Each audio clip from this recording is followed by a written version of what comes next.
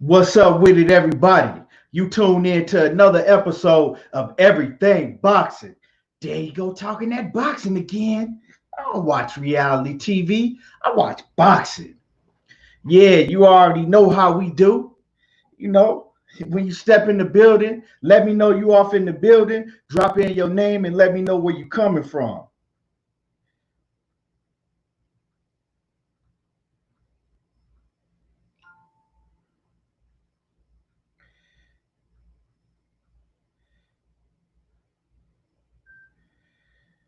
And like I always do, let me give some people some time to let them know that I'm on.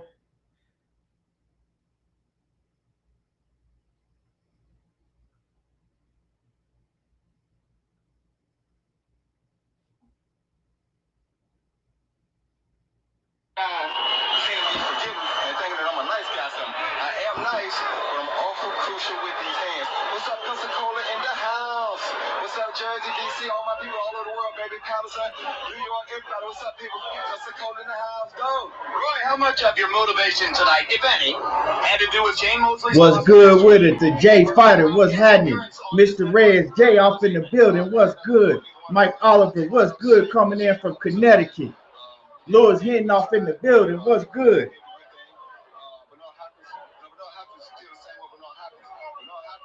Pensacola, we talk tonight.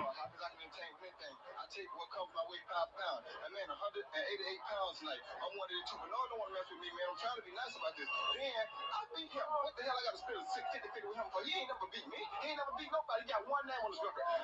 Dennis Trinidad. That's it. The other name on his record he got me off to. That ain't worth a damn to me. I don't want to hear that. He gonna give me 60 quarter. He ain't fighting me. I'm pound for pound the baddest man throwing down. Todd Swindle, ATL off in the building. What's up? You believed yesterday that Glenn Kelly was going to come out and try to jump in your face, get up on you, and rough you up. Instead, he seemed to want to stay back and away from you. Could the knockout have come earlier if he had been more aggressive? Yeah, if he came on, if he came at me earlier, the knockout would have occurred earlier. But man, admit the truth, Jim. Admit it. You know, I've been 5 times better than Bernard Hopkins and anybody else that you've seen in the last 12 years. Understand? I've been doing this. I ain't been up and fell off. I've been through the Lennox Lewis era, the Nassim Hamed era, the Sugar Shane Mosley era, the Oscar De La Hoya era, the Rock Antonio Barrera. I've been through all the eras. And I still been kept. Give me mine. Boy, when you fight like this, it's tough to argue the point. Let's take a look. Let's take a look at the knockout. And chicken fighting. I'm waiting behind my back. Chicken fighting. I was the game rookie today. That's that chicken fighting stuff. You did that. Yeah, we gonna get it in tonight. Whole lot to chop it up about.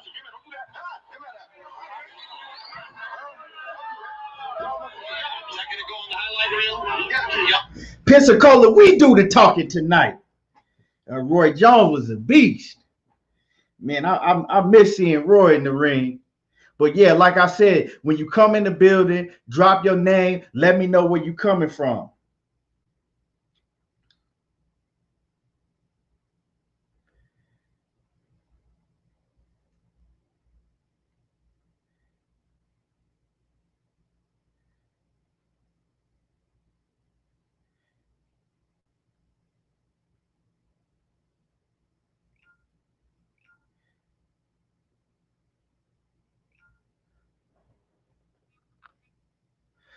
Hey, Todd, man, I fell asleep on that Five Bloods. I'm gonna watch it still though. Man, I tried to watch it. It was late and shit. Before I knew it, it was watching me.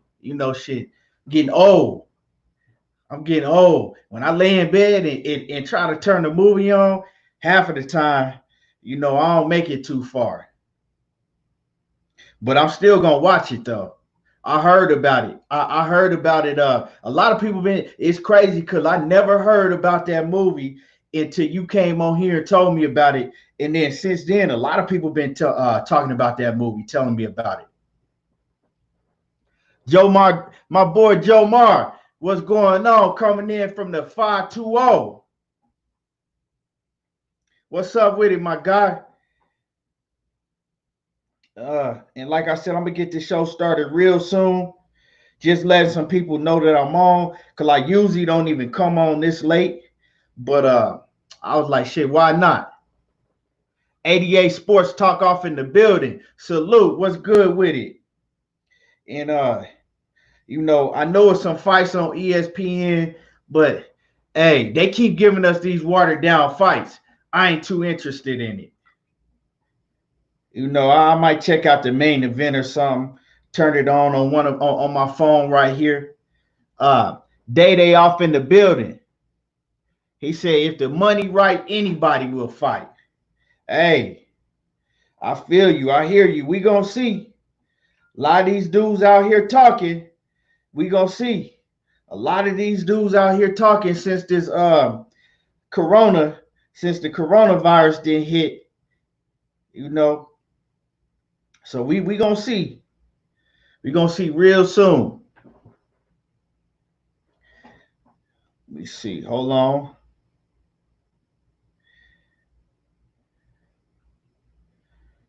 You're gonna see real soon if these boys is about what they say they talking about. Let's hear Roy Jones cook. Give me 60 bucks, he ain't fighting me. I'm pound for pound the baddest man throwing down. Fights faster than other fighters. Talks faster than other fighters too. Hello, Mario. You believed yesterday that Glenn Kelly was going to come out and try to jump in your face, get up on you, and rough you up. Instead, he seemed to want to stay back and away from you. Could the knockout have come earlier if he had been more aggressive? Yeah, if he came at me earlier, the knockout would have occurred earlier. But that means the truth for that, Jim. That means, look at Roy. Listen to Roy Cook. I've been through the Lennox Lewis era, the Nassim Hamed era, the Sugar Shane Moses era, the Oscar De La Hoya era, the Rocky and Tony Barrett. I've been through all the eras, and I still been tough. Give me mine. Boy, when you fight like this, it's tough to argue the point. Let's take a look. Let's take a look at the knockout. And chicken fighting.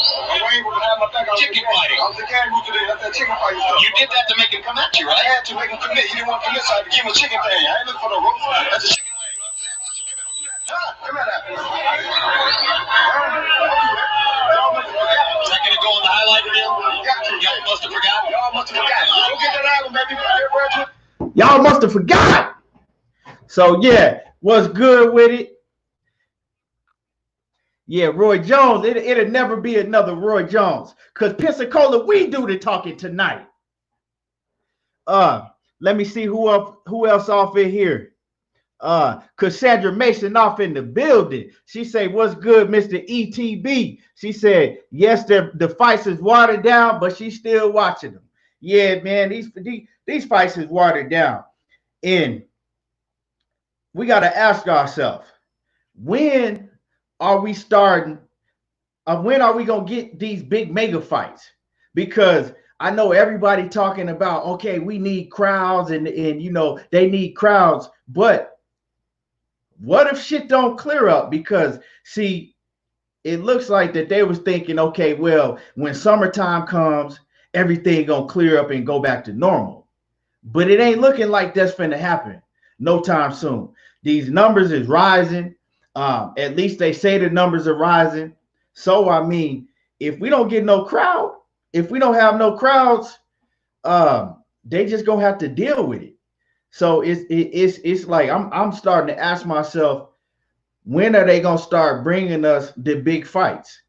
Because they can't afford to have us wait all the way into 2021 and just put on all of these, watered down fights. That ain't gonna be able to last too much longer. But all in all, we do got some boxing to watch. But so anyway, let's go ahead and get into the news. So a whole lot been going on. The first thing I want to touch on real quick, if y'all don't know, they canceled Inside PBC Boxing. The show that Shawn Porter was talking about. It was his show, when him and Errol Spence was going back and forth. But yeah, Shawn Porter, he ain't got no job no more at Inside PBC. And I actually like that show. I like that show a lot. Inside PBC was the shit.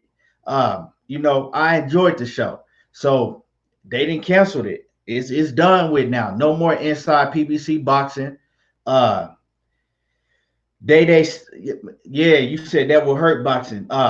And without inside PBC boxing, I think that's not a good look for PBC because inside PBC boxing was just starting to really take off. It was just really starting to take off, and people that didn't know about boxing or wasn't big boxing fans, they was able to catch inside PBC boxing and catch up with what catch up what with the things that was going on in boxing. A lot of people that I know that don't even watch boxing, they started getting interested in boxing because of inside PBC boxing. When they would have Wilder go on there and Fury go on there and talk via satellite, when they would have Shawn Porter go, Shawn Porter's always on there, but when they would have Errol Spence go on there and talk and just everybody go on there, it was a real good show, and it was getting a lot of casual boxing fans much more tuned into boxing. So I hate that show is gone. I hate that they had to cancel that show. Let me see what y'all talking about. They said it was a good show. Yeah, it was a hell of a show. It made everything more interesting, because a lot of casual fans, they don't know what YouTube channels to go to see what's going on in boxing. But you know how many people got Fox FS1? It's crazy. It's crazy. I hate it when I heard that show was getting canceled. I don't know nobody that didn't enjoy that show. Stephen Fisher says, what fight you looking forward to? Man, it's a few fights I'm looking forward to. I'm looking forward to Lomachenko and Teofimo. Definitely. I'm definitely above all. I'm looking forward to the third fight between Wilder and Fury. That fight is gonna be huge. It's gonna be huge. And I'm looking forward to EJ. I'm looking forward to EJ versus versus Danny Garcia, because I've been wanting to see Errol Spence whoop the dog shit out of Danny Garcia for a long time, because Danny Garcia been talking slick about Errol Spence for a long time. And it's crazy. EJ, he really addressed everybody else that be talking slick, but I've never heard him really say too much about Danny Garcia. Like, he ain't really addressed Danny Garcia. So I don't know if he just hasn't heard all of the stuff that Danny Garcia has said about him in the past. I don't know what it is, but I'm looking forward to that fight. Straight up. I'm looking forward to that. Definitely. So yeah, everybody that's in the building, make sure that you subscribe to the YouTube channel, Everything Boxing and Sports. Okay, subscribe to the channel. Hit my like button, whether you on YouTube or Facebook. Hit my like button, and if you want to donate to the channel, the Cash App is scrolling right across the screen. Yeah, let me see what else y'all talking about. Mr. Reyes J said, didn't they replace Porter with Mares, with Berto and Thurman? No, I think Porter was still on there. Porter was still on there for, as the last ones that I saw, Porter was still on there. But if they did replace him, I wouldn't, I didn't know that. But I mean, shit, everybody replaced now because it ain't no more inside PBC boxing. Cassandra Mason says she enjoyed the show. Yeah, definitely. Day says Porter did a great job. Yeah, Porter did a very great job on the show. I liked Porter on the show. I liked Abner Mares. Abner Mares, I liked him a lot on the show because he would keep it trill. Abner Mares would keep it trill. He didn't hold no punches back, and he let you know exactly how he would feel about an upcoming fight. He didn't hold nothing back. Boxing Vortex, salute. Sporting Advantage, what's good with it? Salute. My boy Ralph off in the building. He says we ain't getting the big fights because the second wave of various I think he meant the virus is coming a lot sooner. Not enough sponsors putting up money. Yeah, man. Like I said, I think when everything hit, for some reason they had it in their mind that okay, well, when the summer come, everything's just gonna be back to normal, right? So now they got a lot of these fighters thinking that, like, oh well, I'll just wait till 2021, or and then we got these promoters coming out talking about, well, we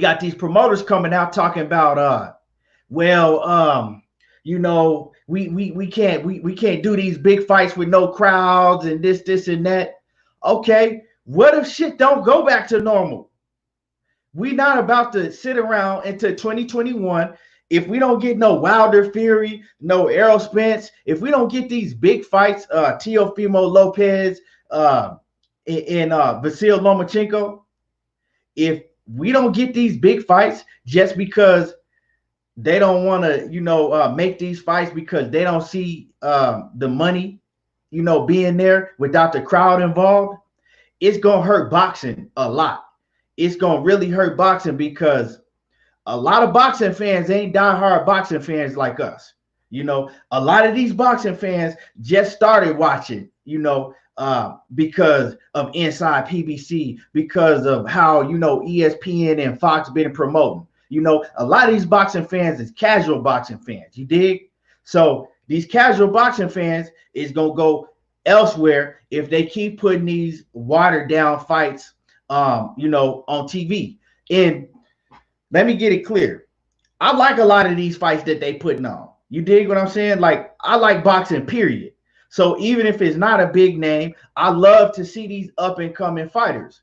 But you got to understand, that's because I'm a diehard boxing fan. You might like it because you're a diehard boxing fan. But the vast majority of fans ain't diehard boxing fans. So they going to flip on the TV and they going to see these fights and they going to turn the channel like, nah, this is what boxing has become to, especially if you try to do this shit all the way up into 2021, right? I don't know if y'all remember when boxing took a big downfall, back in from 2008, 2009, 10, 11, 12, 13, 14. Boxing was on a big downfall for a long time. And then PBC came back, and things started changing, right? PBC came and then you had, these up and coming stars to hit the sport. Adrian Bronner, then Errol Spence, and then boxing really just started really getting a lot bigger in 2017. Boxing really started rising again in 2017. And I'm not talking about Mayweather and Pacquiao because they were always names. I'm talking about besides Mayweather and Pacquiao. Boxing didn't really start rising again into 2017. And you remember 2017 is when we started getting all of the big fights. Okay. That's why boxing took a big rise. They start promoting it a lot more and we start getting the big fights. Remember, we got Andre Ward and Sergey Kovalev, right? Number 2. Okay. We got Errol Spence went over there across and fought Kell Brook. We had Anthony Joshua versus Vladimir Klitschko. We just had a whole lot of dope fights in 2017. And then after that, the sport started rising. But these casual fans are not going to sit around and wait till 2021 to see some of these fights that they have in their head. We will because we diehard fans, but the casual fans ain't. And that's going to hurt the sport because you need the casual fans in boxing to get these paydays that these fighters is begging for and, to get these numbers, these pay-per-view numbers and everything. Day says, I want to see, I don't know, bro, so many choices. He said he don't know who he want to see. Let me see. Jay Ether, what's good with it? He says, everyone ducking Crawford. I said what I said. And we going to get into that. But ain't nobody ducking Crawford. Ain't nobody ducking Crawford. If you know the ins and the outs and the outs and the ins, ain't nobody ducking Crawford. But we going to get into Terrence Crawford, real soon. We really going to get into the whole Terrence Crawford situation. And I'm going to cook. Sporting Advantage says fighters will eventually have to either risk or possibly become irrelevant. He says if this is for 3 years projected path, I don't think it's gonna be going on for 3 years, but who knows? You know what I'm saying? Who really knows? Like I said, uh, like this, and if you watching on Facebook, share this to your boxing groups. Share this to your boxing groups. Cassandra Mason, Day Day says casual fans. Cassandra Mason says, right, they only watch when it's a big name. Exactly. They only watch when it's a big name. But when we had shows like Inside PBC Boxing, even if the name wasn't that big, you still got to learn about the fighters. You dig what I'm saying? You still got to learn about the fighters. So if you a casual fan coming in and you watching the show like Inside PBC Boxing, and now you like, damn, now I know this fighter's backstory. Now I know the little beef between this fighter and that fighter. Now, damn, when this fight happened, even though I don't really know these dudes, I want to watch. That's why y'all gotta understand. That's why let's think of a fight. That's why Jermell Charlo and Tony Harrison fight was so big, because fans that was casual fans that might have not have known Tony Harrison, they might have not even known who Jermell Charlo was really, but then they got to see the build up to that. I know a lot of, like I said, I know a lot of casual fans that was, looking forward and breaking their neck and couldn't wait to Jermell Charlo and Tony Harrison fought. And before the build-up, they didn't even know who neither one of them fighters was, because they was a very casual boxing fan, And we need shows like that. We need a show like that. Let me see. Let me see what y'all talking about.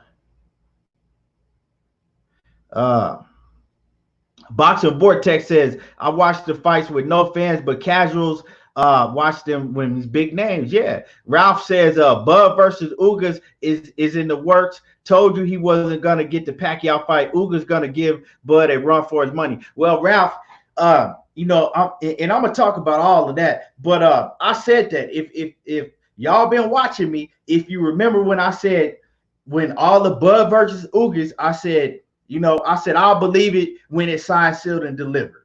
I said I won't believe it until it's signed, sealed, and delivered. And if you actually go back to the Brian Custer interview that Bud Crawford did with Brian Custer, and he did that shit weeks and weeks ago. If you listen to him speak, he wasn't really mentioning Pacquiao. You dig what I'm saying? He wasn't really mentioning Pacquiao. So that lets me know that Bud knew weeks and weeks ago, that he wasn't going to fight Manny Pacquiao. He knew, he's been knowing that. They just saying it now, but he been knowing that.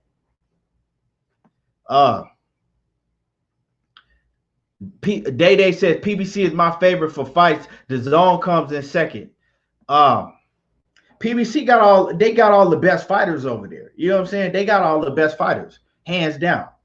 But I ain't gonna knock Top Rank. Top Rank put on some good shows too. Even if they up and coming fighters, Top Rank be putting on some good shows. Now, these last couple shows that they put on the one on Thursday and the one on Tuesday, I wasn't feeling that shit at all. I wasn't feeling it at all. But like I said, before all this pandemic, they was putting on some good shows. The Zone, they put on some good shows sometimes, but they be having a lot of them dudes, them Liams and all them dudes, man. I don't be wanting to see them. A lot of them fights be weak. A lot of them dudes that they be putting on over there in the UK, that should be weak. Brandon House off in the building. What's good with it? And like I said, everybody hit my like button. It don't take no time to hit a like button. Subscribe to the channel, Everything Boxing and Sports on YouTube. And like I said, if you want to support the channel, my Cash App is right there, scrolling right across the screen.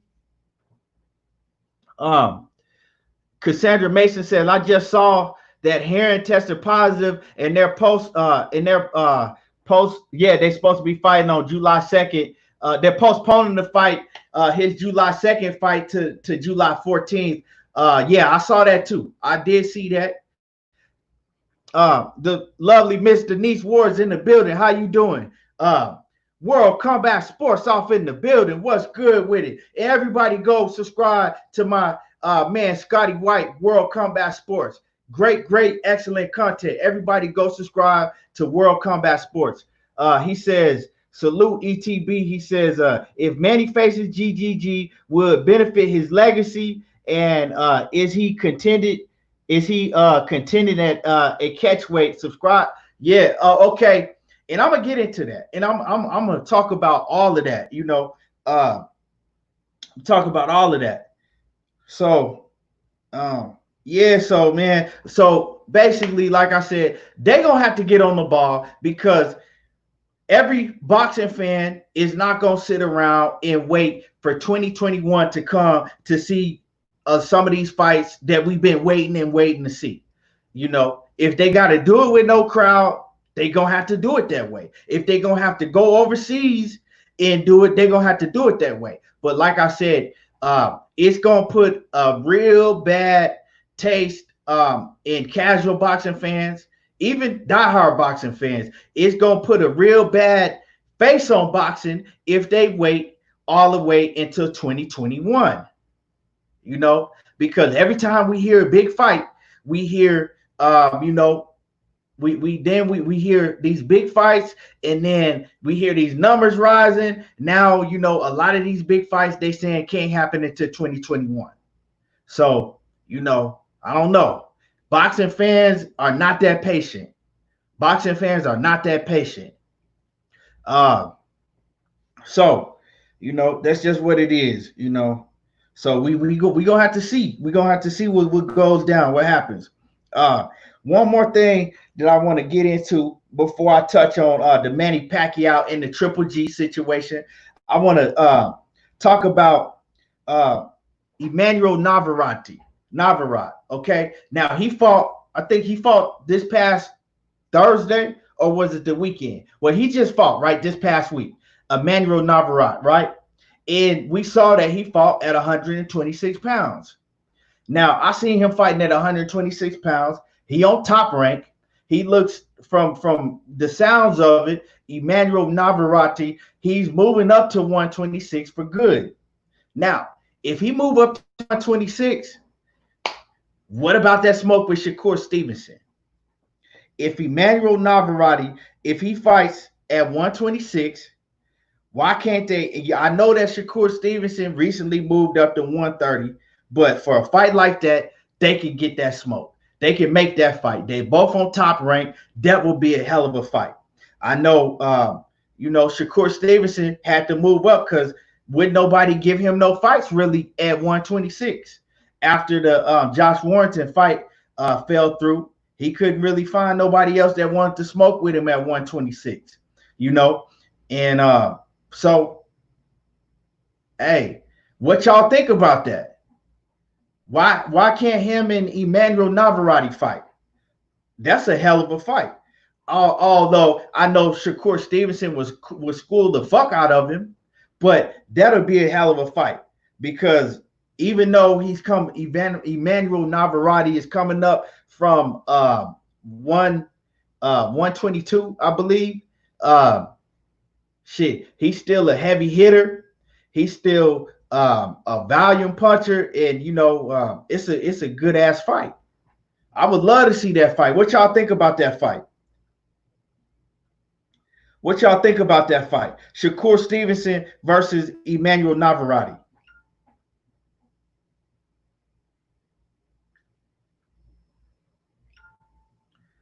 What y'all think about that? Boxing Vortex says Navarrete won, but didn't look his best against Lopez. Yeah, I don't think he was all the way in shape like that. I don't think he was, like, you know, all the way in shape, but you know, he still went out there and he did what he had to do. He still went out there and got the stoppage. He did what he had to do, but I don't think that he was all the way. I really don't think that he was all the way in shape like that. You know, But yeah, I would love to see that fight if he think, he gonna move up to 126, because he tall as hell. Dude, damn near like what, 5'9", 5'10". He hella long too. Why not? You know what I'm saying? Why not? It's a hell of a fight. I would love to see it. What y'all think about that? What y'all think about them making Emmanuel Navarrete versus Shakur Stevenson? That's a fight that they can make. They don't have to have no crowd. Both of them on top rank. You know, that's a hell of a good fight. Steve Fisher says, I like to fight Shakur in the class by himself. Right now, he says his defense is impeccable. Exactly. But the thing is would Bob Arum want to put Emmanuel Navarrete in there with Shakur Stevenson, because they trying to push Emmanuel Navarrete, they trying to push him. So with Shakur Stevenson want to really get in there with him, that's something that I don't know. I mean, not Shakur Stevenson, my bad. Would Bob Arum want to really put Emmanuel Navarrete in there with Shakur Stevenson? That's some shit I really highly doubt. But it's fights out there to be made. Also, did y'all hear that Ryan Garcia, they saying that Ryan Garcia turned down a fight with Javier Fortuna? They saying that Ryan Garcia turned down another fight, and this time it was with Javier Fortuna. That would have been a hell of a fight. Javier Fortuna, he gonna bring it. He awkward as hell. He rough as hell, and that would have been a hell of a fight to be able to watch Shakur Stevenson in. I mean, not Shakur Stevenson, to be able to, man, I'm tripping today. To be able to watch Ryan Garcia in. That would have been a hell of a fight. A hell of a test for Ryan Garcia to see, how he was going to do against somebody that fights and that's hella awkward like a Javier Fortuna. So what's up with Ryan Garcia? He keep on turning all these fights down. What's up with that? That shit crazy.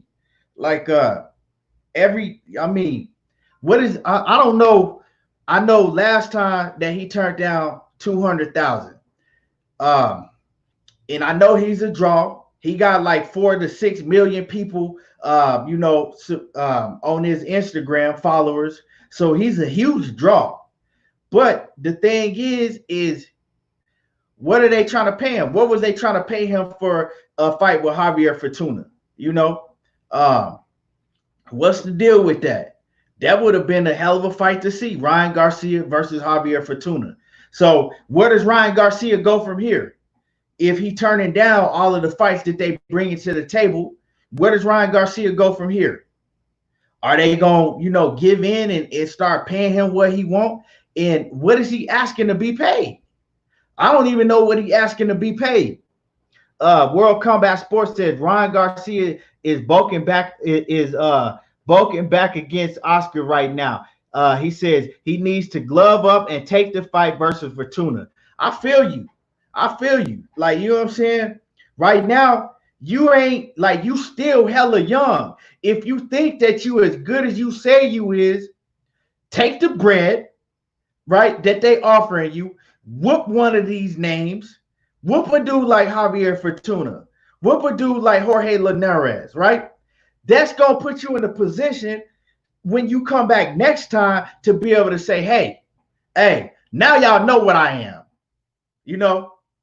I just whooped a solid opponent that most of the dudes in my division can't fuck with. Now, y'all need to really pay me now. But you ain't fought nobody yet. That's the thing. I know you a draw. I know that you got a big fan base. But you never fought nobody yet. So, you gotta crawl before you walk. You know what I'm saying? And these cats nowadays, they trying to sprint. They trying to sprint out the gate before they even learn how to crawl. I mean, I don't know. It's crazy. Cassandra Mason says Shakur Stevenson would take him to school, talking about Emmanuel Navarrete. Yeah, I say the same shit. I don't see none of them dudes fucking with Shakur Stevenson at 126 or 130. Jupiter be off in the building. What's good? Todd Swindle says Garcia is gonna end up with PBC eventually. That'll be good. That'll be good, but we don't know what type of contract he in over there. You know, Ralph Estrada says Ryan is all talk. He says I got no boxing respect for him. Damn, it's like that. Damn. He says he want big money but don't want to fight anyone. He says boy lost his voice when Haney went in the ring. Yeah, now that's some shit, Ralph. We see how Haney jumped in that ring and he did not want no smoke with Devin Haney whatsoever. He didn't want no smoke with Devin Haney. You know, we all seen that. We all seen that he didn't want no smoke with Devin Haney. Ralph Estrada says, oh no, I already read that. World Combat Sports says, okay, he's talking to somebody else, but he just said that Emmanuel Navarrete made it look easy against a higher weight class. Yeah, he's one of the best out. Yeah, Emmanuel Navarrete is definitely one of the best out because he beat the dog shit out of Dog Bay twice, right? And I was there at both. I actually got to see both of them fights live. And that shit was a bad sight to see because I like Dog Bay. And he just beat the dog shit out of Dog Bay. Like, he beat Dog Bay so bad that, like, I was feeling sorry for him. Like, damn. Like, you know what I'm saying? Look, he put a wood. Emmanuel Navarrete, he a force to be reckoned with. But he not going to fuck with Shakur Stevenson. But that's a great fight to see. That's a great fight to see, especially at 126. Jay Ether says Bud versus Garcia. But Bud ain't fighting Garcia, homie. But Bud is finna fight. Bud is either finna fight Ugas. He probably finna fight Ugas. I don't know what Garcia you referring to, but Errol Spence finna fight Garcia, Danny Garcia. Jupiter B said Ryan energy was completely different with Haney. Way different. Man, he started stuttering and some more shit when Devin Haney hopped in the ring. He didn't want no smoke with Devin Haney. Mondo says, am I the only one who thinks Lomachenko getting all the hype when he hasn't fought a top lightweight? Because people starting to hate. He says, because people starting to hate at me when I point out this. He still has Haney, Garcia, Tank, Lopez.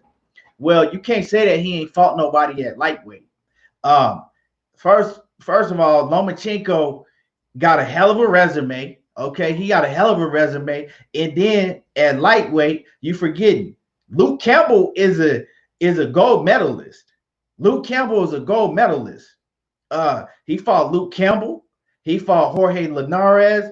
I mean, if we could, you know what I'm saying, if we want to go there, if we want to do the resume, Lomachenko, you can't hate on his resume.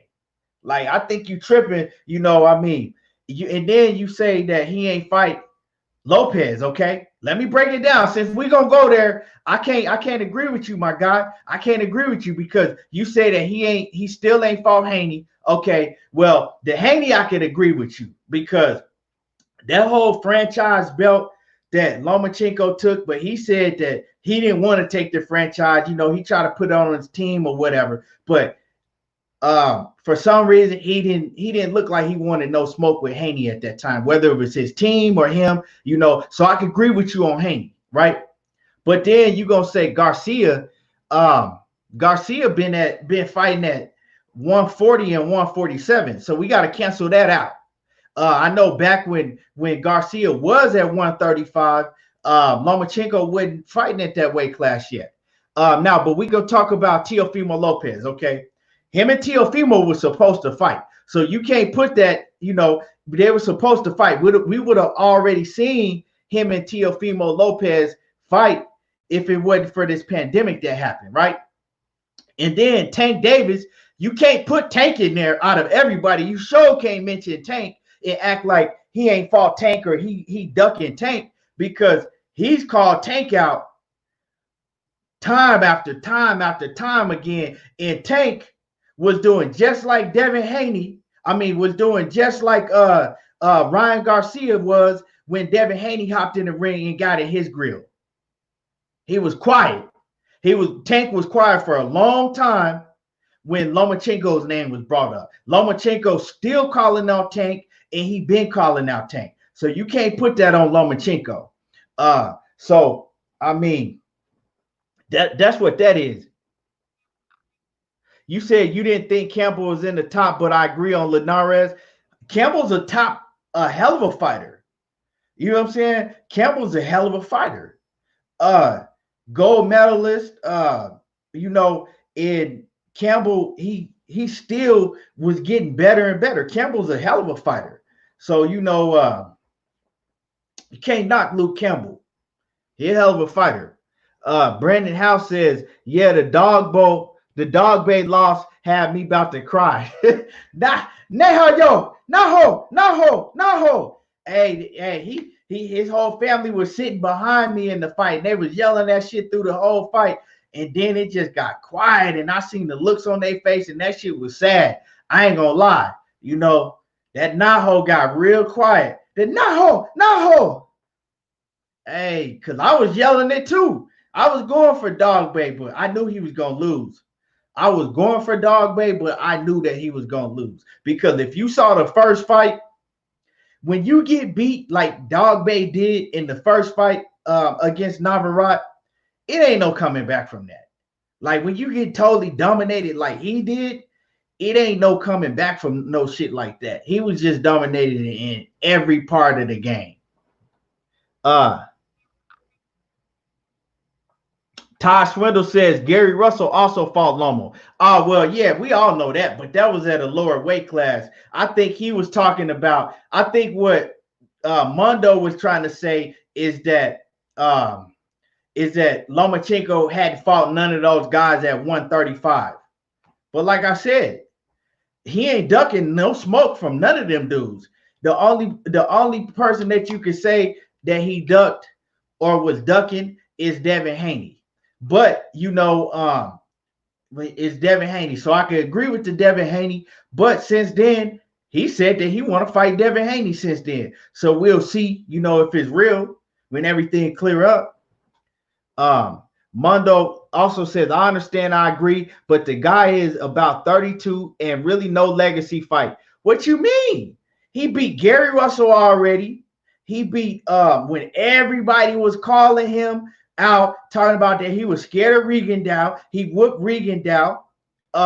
He whooped Nicholas Walters when Nicholas Walters was the boogeyman. You know what I'm saying? When Nicholas Walters was running through everybody. He done whooped Jorge Lanever. I mean, so like I said, I mean, his resume is solid. The bodies he got on his resume is solid as fuck.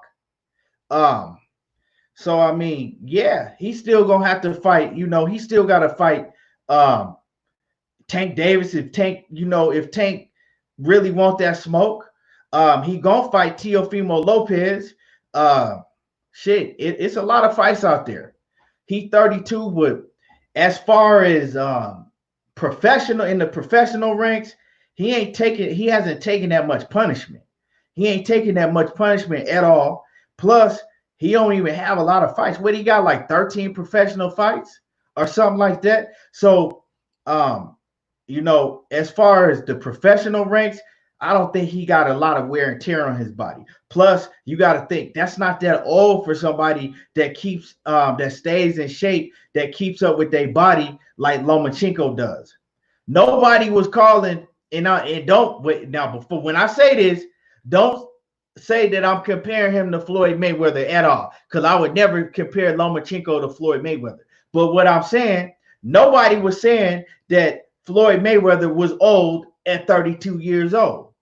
Nobody was saying that Manny Pacquiao was old at 32 years old. It's some fighters that, you know, you're not looking at that they old at 32, that they washed up. You know what I'm saying? Because he ain't showed you that he's old and washed up. Just because somebody have a tough fight at a higher weight class, and when the competition gets up, don't mean that they washed up. He ain't none of these dudes been able to beat him yet since he lost to Orlando Salido in his second professional fight. Ain't none of these dudes been able to come close to beating him. Ain't nobody came close to beating him since he lost his second professional fight. So we can't put that jacket on him and act like, oh, well, he's 32, he's old. Nah, you can't say nobody getting old until they at least get beat.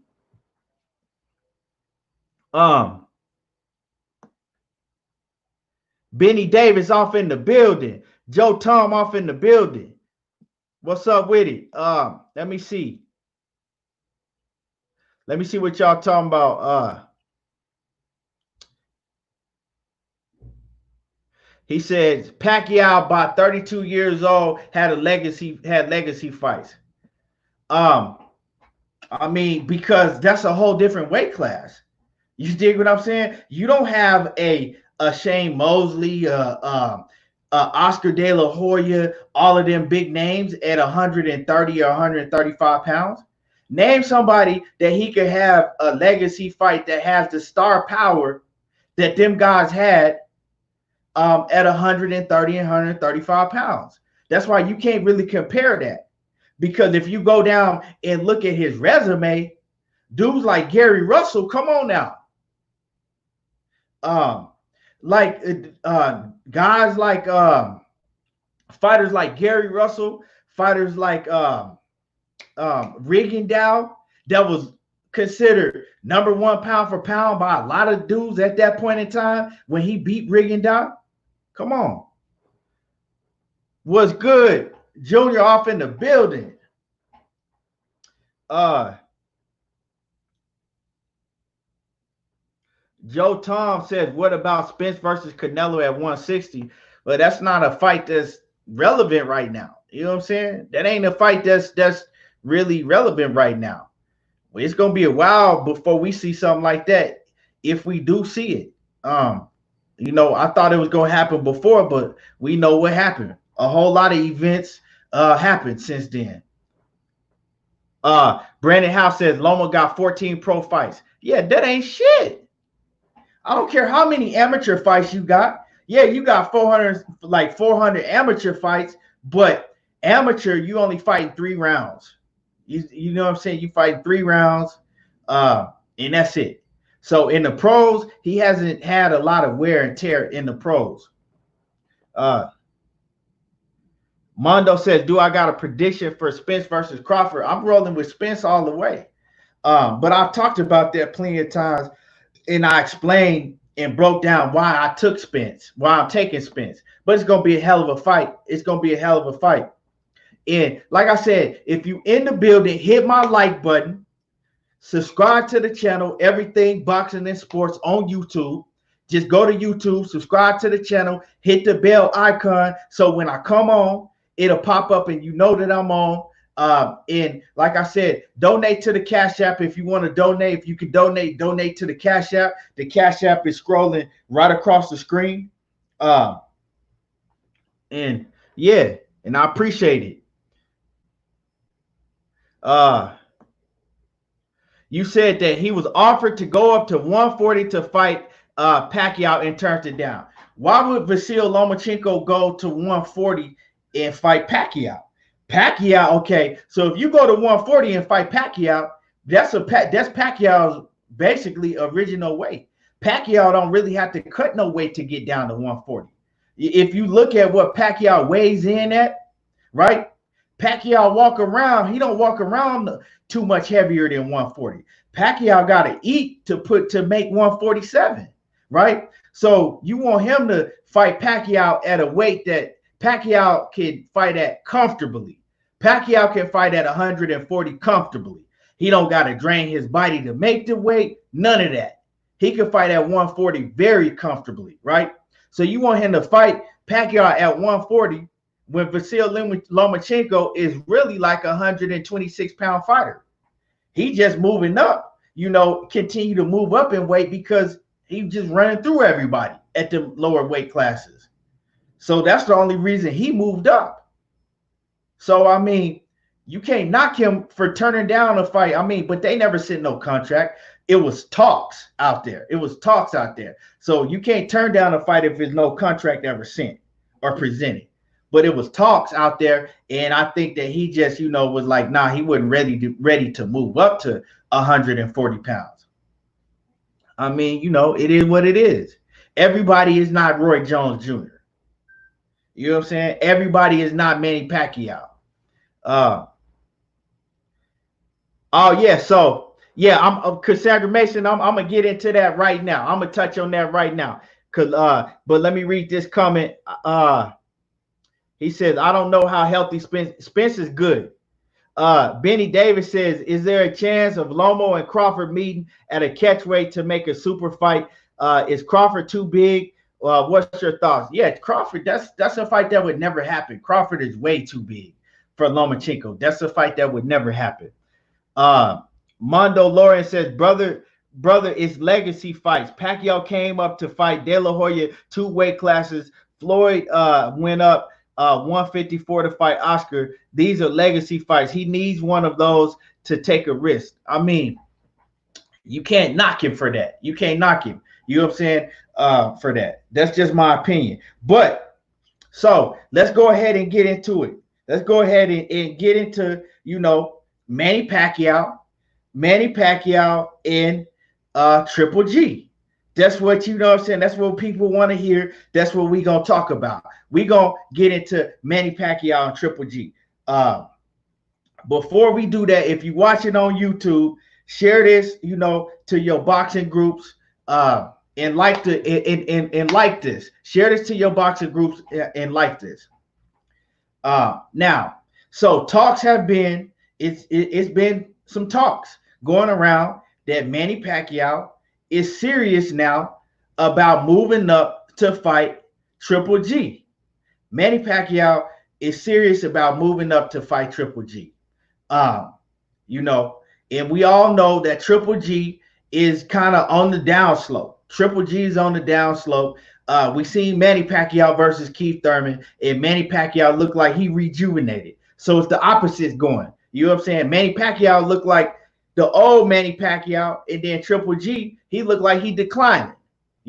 We see Triple G getting beat on more and more every time we see him fight. So a lot of people is giving Manny Pacquiao a chance to beat Triple G.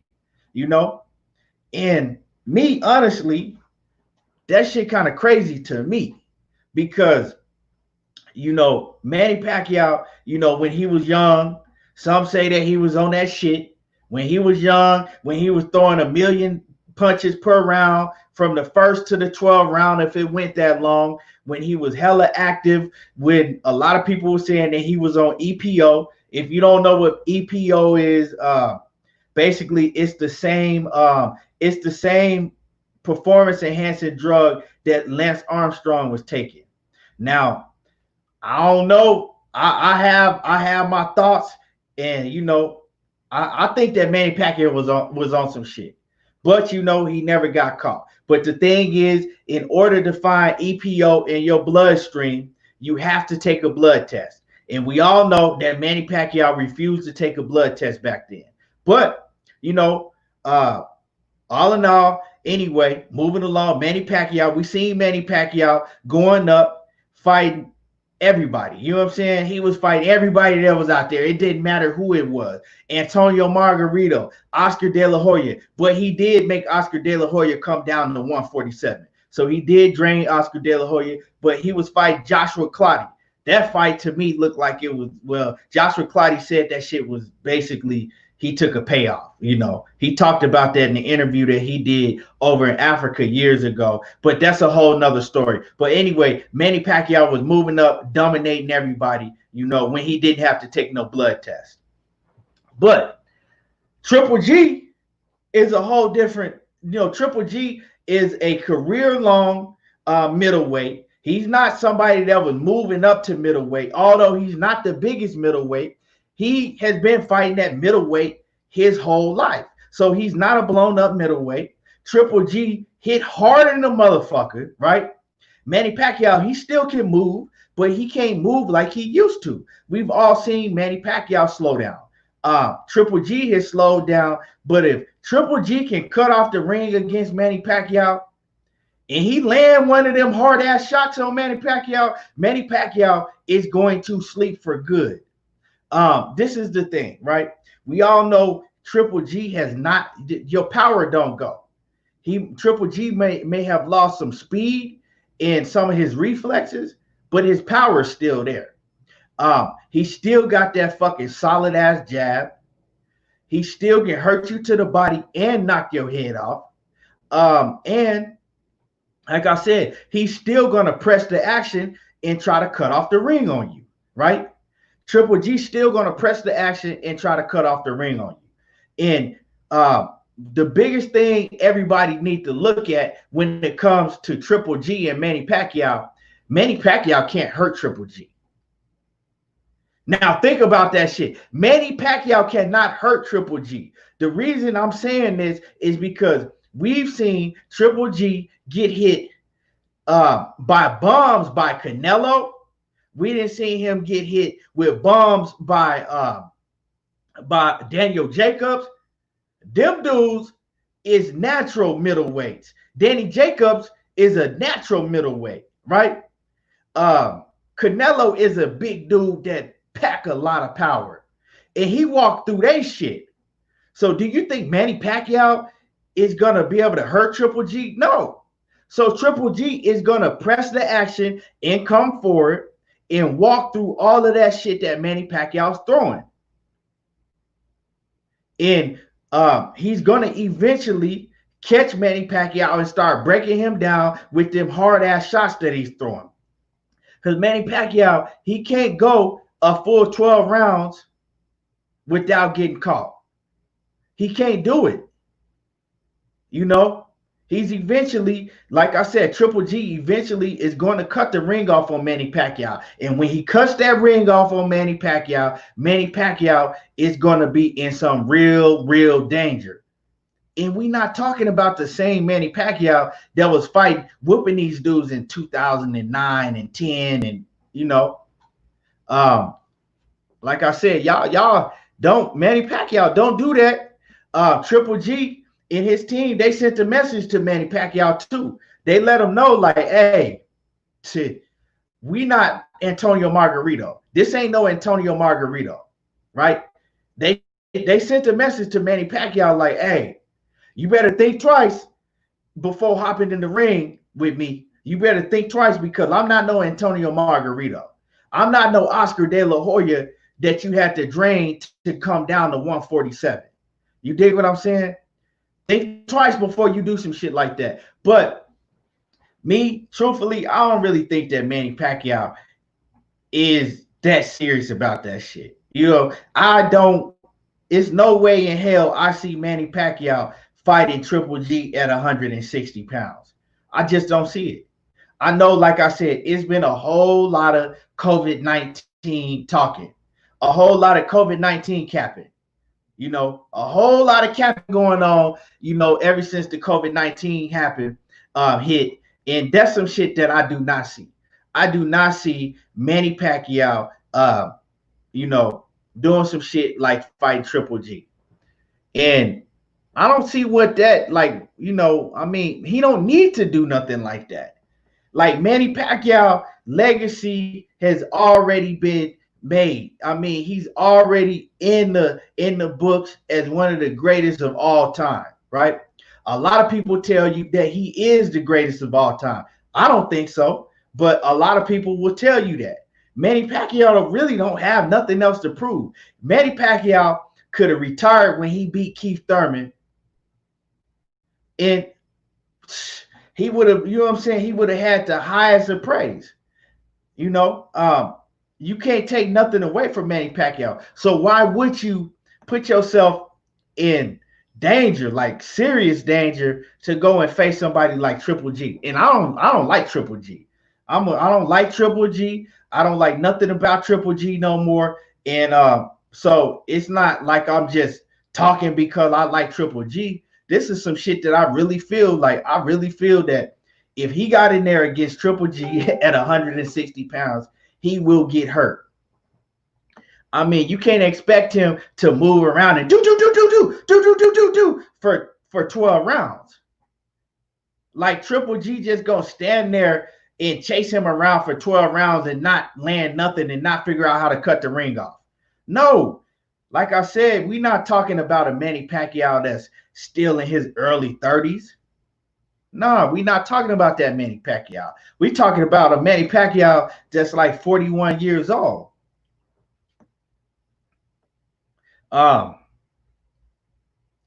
Brandon House, I appreciate you. Salute to Brandon House off in the Cash App. I appreciate you, my brother.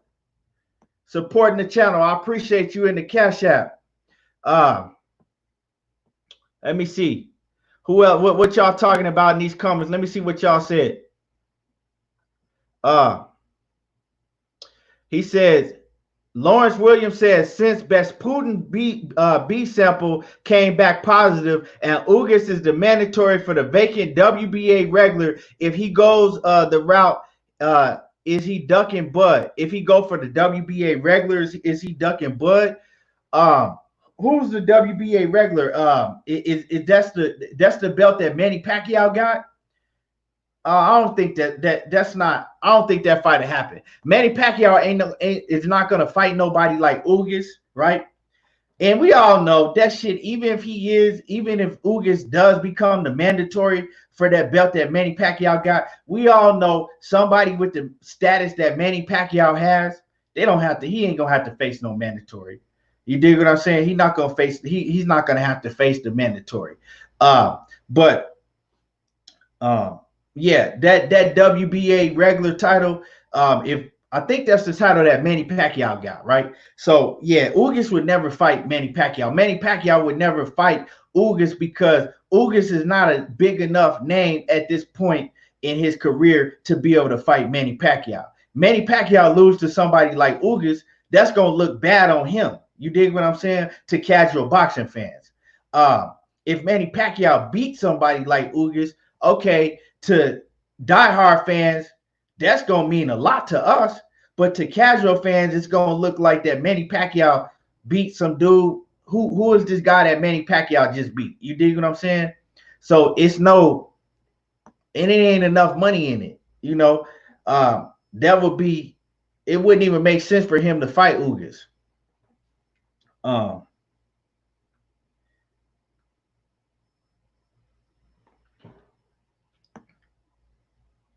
Let me see. Let me see what y'all talking about.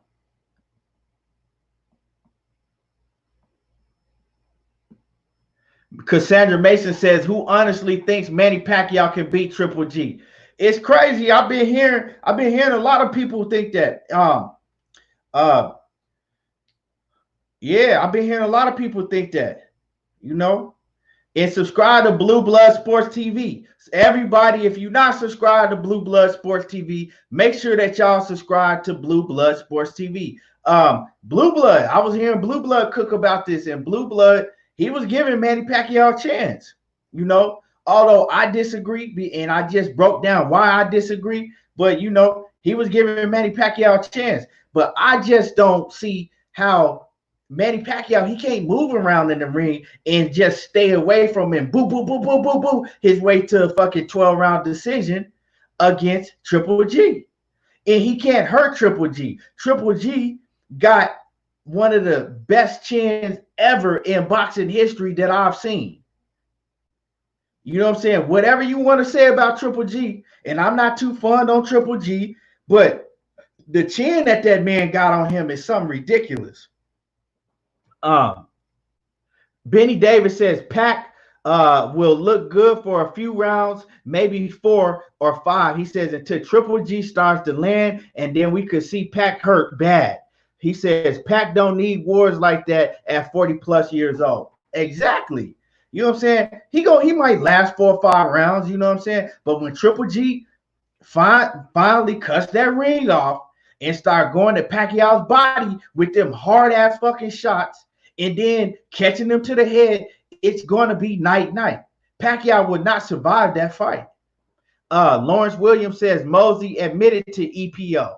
Yeah, a lot of people don't even know what EPO is. That's why, and like I said, these are just allegations. This is just my opinion.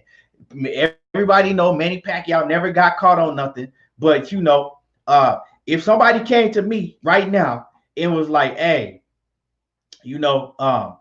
I'll pay you right now to take a drug test. We want to see if you got heroin in your system. We want to see if you got cocaine or whatever.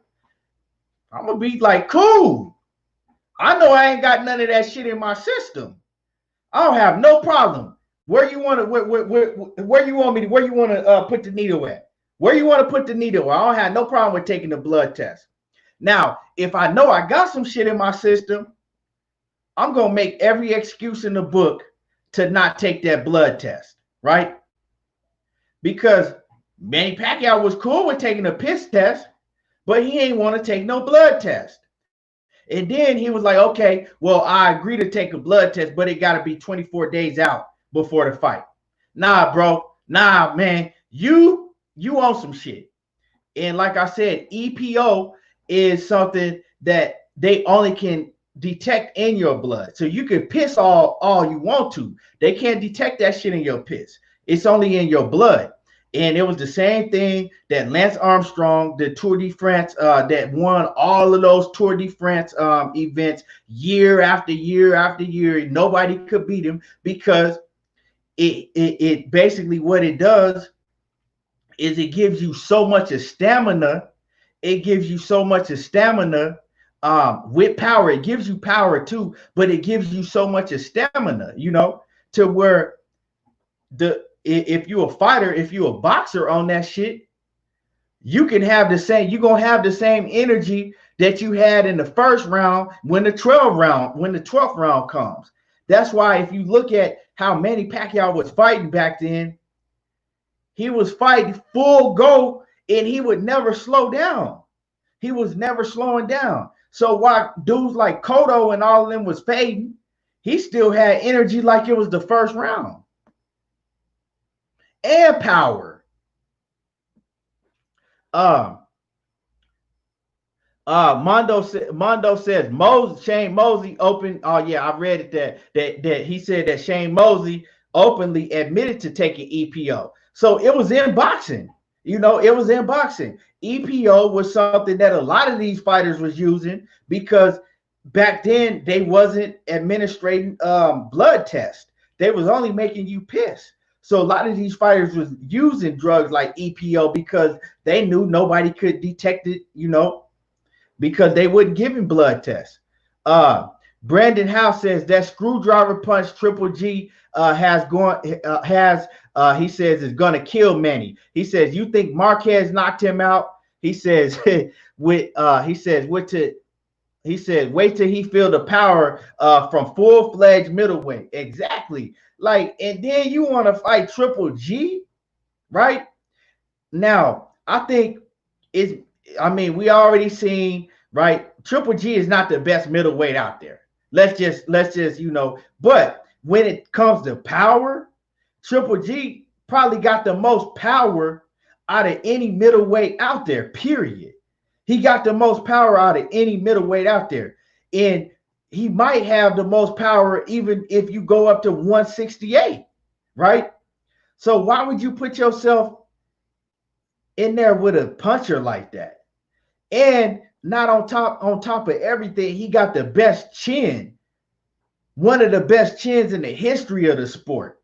So that even may put you in more danger because, okay, say if Triple G had the power that he has, but you okay, if I could just, stay away from him for the first half of the fight, and I'm much faster and I can catch him and break him down. Now I got a chance, of hurting him and then getting a knockout, right? But if you can't hurt him and he's just going to continue to come forward and walk through that shit that you're throwing,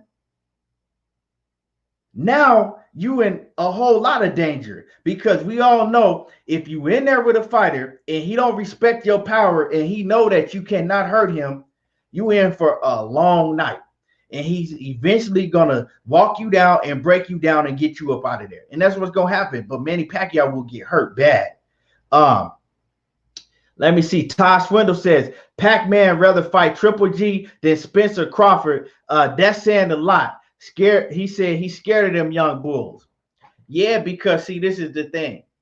I think he knows that if he, well, let me take that back, because I was about to say that he knows that if he fights Triple G, ain't nobody gonna hold him against it. Nobody's gonna hold it against him fighting and get beat up by somebody like Triple G, because they're gonna be like, okay, well, what did you expect? You feel me?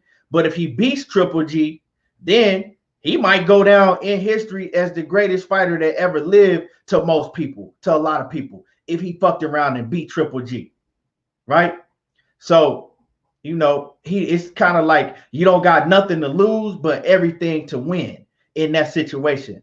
But I want to take that back, because that's what I was going to say. But I just don't really believe that he would ever get in there and fight Triple G, because of the danger factor. You know, I don't think that he would ever get in there and fight Triple G. Also, do you think Freddie Roach would let him get in there and fight Triple G? No. Do you think that his wife would let him get in there and fight Triple G? Absolutely not. And do you think that his trainer would ever get in there and let him fight Triple G? Boo boy. Absolutely not. So that shit is all talk, something to give us to talk about, you know, right now. We on here talking about it. It's news. But do I believe it? Absolutely not.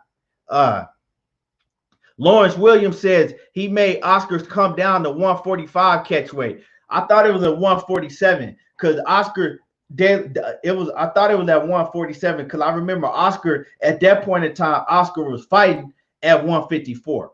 You know, he asked Oscar actually before that was fighting at 160, you know, and then at 154, because remember when Floyd fought Oscar De La Hoya, Oscar De La Hoya made Floyd come up to 154 pounds. You feel me? So Floyd had to go up to 154. And Floyd wouldn't even weighing nothing but, like, I think Floyd probably weighed in at 148 pounds or something like that, 150 at the most. So Oscar De La Hoya, he made Floyd come up, because remember, De La Hoya was the A side, right? So Floyd had to come to him. Manny Pacquiao, at the point in time, Manny Pacquiao was able to basically, you know, have Oscar De La Hoya come down to his weight and drain him. World Combat Sports says, especially in his past 3 fights, he says Lucas, Bronner, and Thurman, he didn't test. Oh yeah, man, it's crazy, because when Manny Pacquiao fought Lucas Matisse and when he fought Adrian Bronner, I wasn't impressed. He looked old to me in both of them fights. Even though he won both of those fights, he looked old to me. And then when he came back against Thurman, I'm like, damn, he looked like a complete different fighter against Thurman to me. Jupiter B says, yeah, I would never flat out say Pac is a cheater, but his best work was when he wasn't being tested. And that's a fact.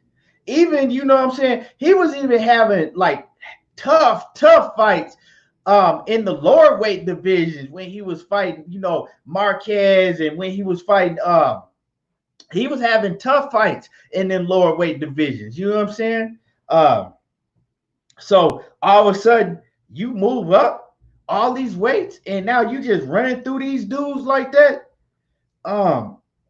Please make that shit make sense. And then soon as testing started, right? Soon as it was mandatory for testing to start, and soon as Mayweather really started putting it out there to the public, like Manny Pacquiao on some shit, right? Manny Pacquiao on some shit. He don't want to take the test. Like when everybody started really pressing him about it, all of a sudden them knockouts and them spectacular performances, they stopped.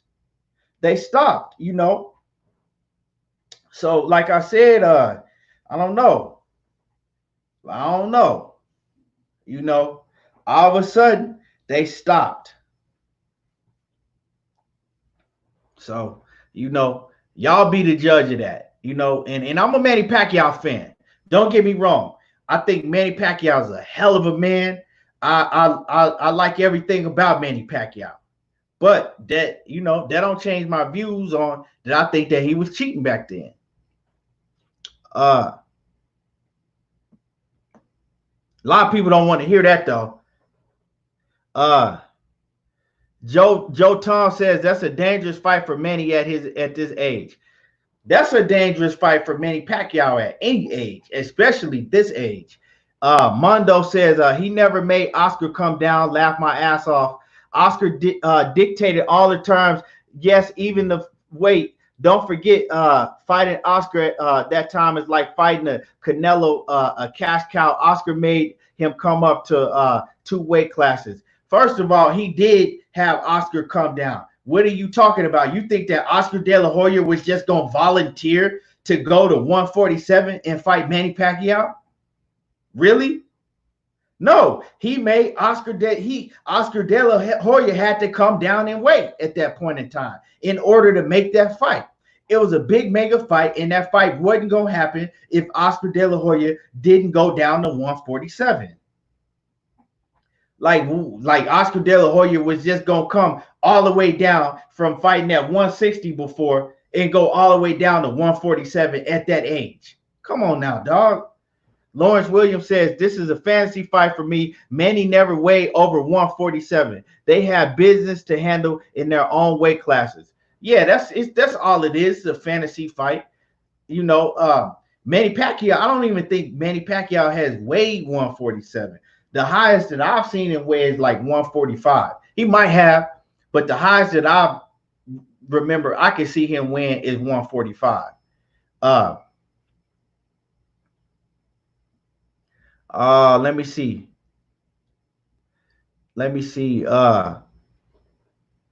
World Combat Sports says we know Manny is a legend, but he is over 40. Father time is here. Real shit. You can see it. Like I said, you couldn't really see it in the Keith Thurman fight, but yeah. Oh yeah, Gino, I'm gonna get into Oscar De La Hoya too. I'm gonna get into that. Let me get through some more of these comments and then we can move on.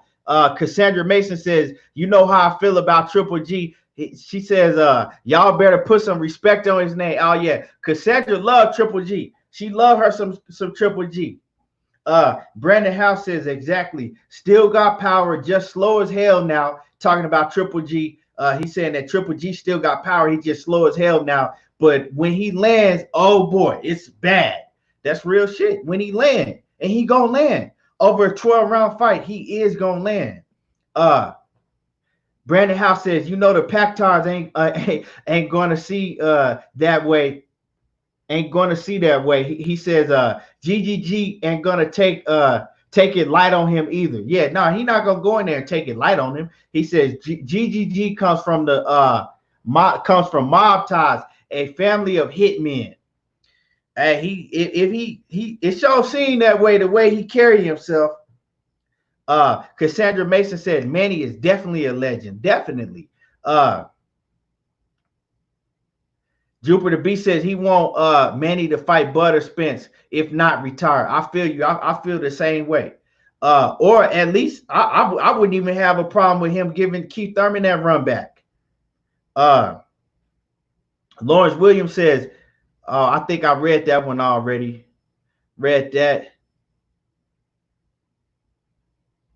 Yeah, he says, okay, Lawrence Williams said Manny Pacquiao is the super WBA champion. He just beat Keith. Yeah, I thought that was for the super WBA. It's all, man, all these fucking watered down belts, the regular BA, the super BA, the silver belt, the gold belt, man, miss me with all of that shit. It's too much of stuff to keep up with.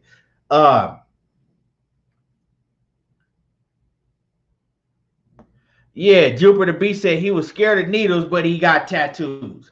Make that shit make sense to me. Mr. Reds J says Triple G barely survived his last fight and lost He says, in my opinion, looks like he got overnight to me.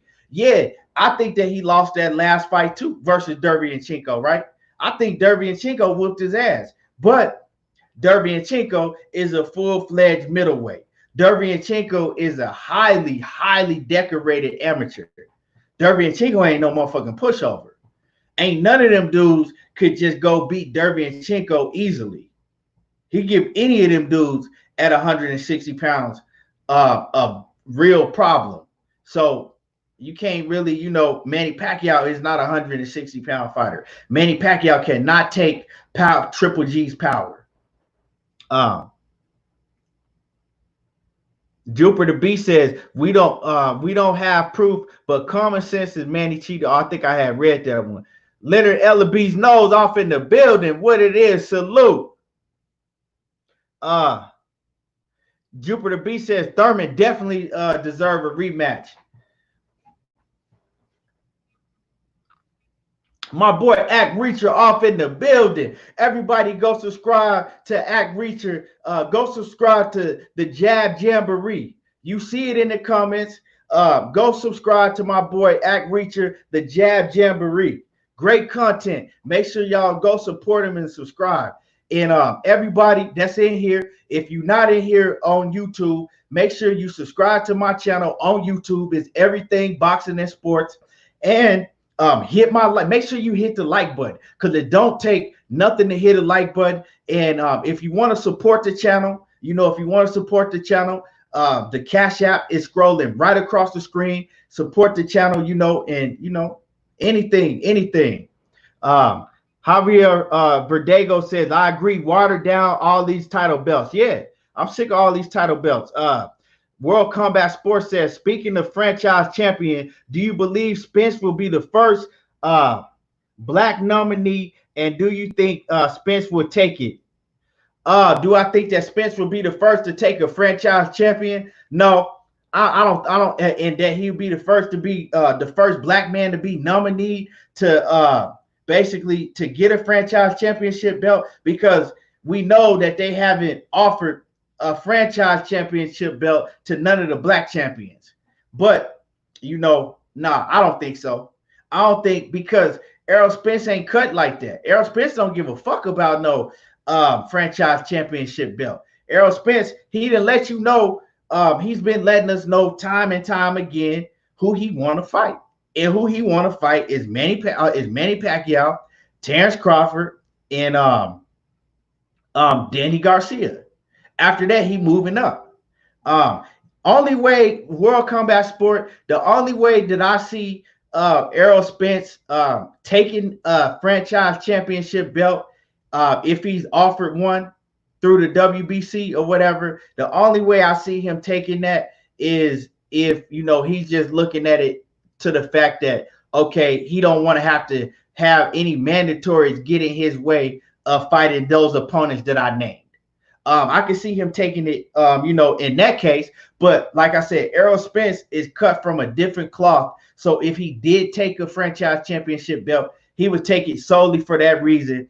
And he would still fight all of them guys that he named off. You see? So, but other than that, I don't see him taking no franchise champion. I don't even see them offering him a franchise championship belt. But if he was offered it, I don't see him taking it for no other purpose to then, not have to fight a mandatory. Javier Verdego says Triple G way too big for Manny Pacquiao. Just my opinion. He says Pacquiao's gonna have to jump. He said jump in to even get a punch. Yeah, he says Pacquiao gonna have to jump in to even get a punch off. That's real shit. He says and Triple G got a good jab. Exactly. All of that. Do. That shit ain't gonna work because Triple G got a hell of a jab. And he gonna stick you coming in. Jupiter B says Wilder and Gary was the longest reigning WBC champions, and they never got offered it, the franchise belt. Yep, exactly. He says all we need to know about the franchise belt. Exactly. We know what that franchise bullshit about. Say that shit again. Wilder and Gary Russell was the longest reigning WBC, right? Champions, and they never got offered a franchise championship belt. But fuck that franchise championship belt. That don't mean shit to real boxing fans. Boxing Vortex says you got the complexion for the protection before they give you the franchise belt. He said you got to have the complexion for the protection. Yeah, that's real shit. You got to have the right complexion before they start offering these franchise titles. Because if you look back, you know, the history shows it. But so moving along, right? My man, I already know my man Gino, he want to know what's going on with Oscar De La Hoya. So Oscar De La Hoya, he recently just came out and he says that he's looking into, he been training real, and we've heard him say this before. He said he been training real hard. He says he's in great shape. He said he's not in fighting shape yet, but he says Oscar De La Hoya says he's training, he's in great shape, and he says he's really, really considering a comeback, right? He's really considering coming back. And he says if he come back, it's going to be at 160 pounds, right? He says it's going to be at 160 if he comes back. But the thing is, he says, this is the thing. He's saying that he's waiting for Mike Tyson. He says he's waiting to see how Mike Tyson looks. You know, he's waiting to see if Mike Tyson can go a full 3 or 4 rounds. He says he waited to see if Mike Tyson still has his reflexes, right? He says that he wants to wait and decide, you know, whether he's really going to make a comeback after Mike Tyson fights. Because he said he wants to be able to, you know, see if Mike Tyson, at the old age that Mike Tyson is, if Mike Tyson still is going to have his reflexes. And he wants to see how Mike Tyson does before he makes a decision on his comeback. I think that Oscar De La Hoya is like, what, 47? Let's see how old Oscar De La Hoya is. Yeah, he's 47.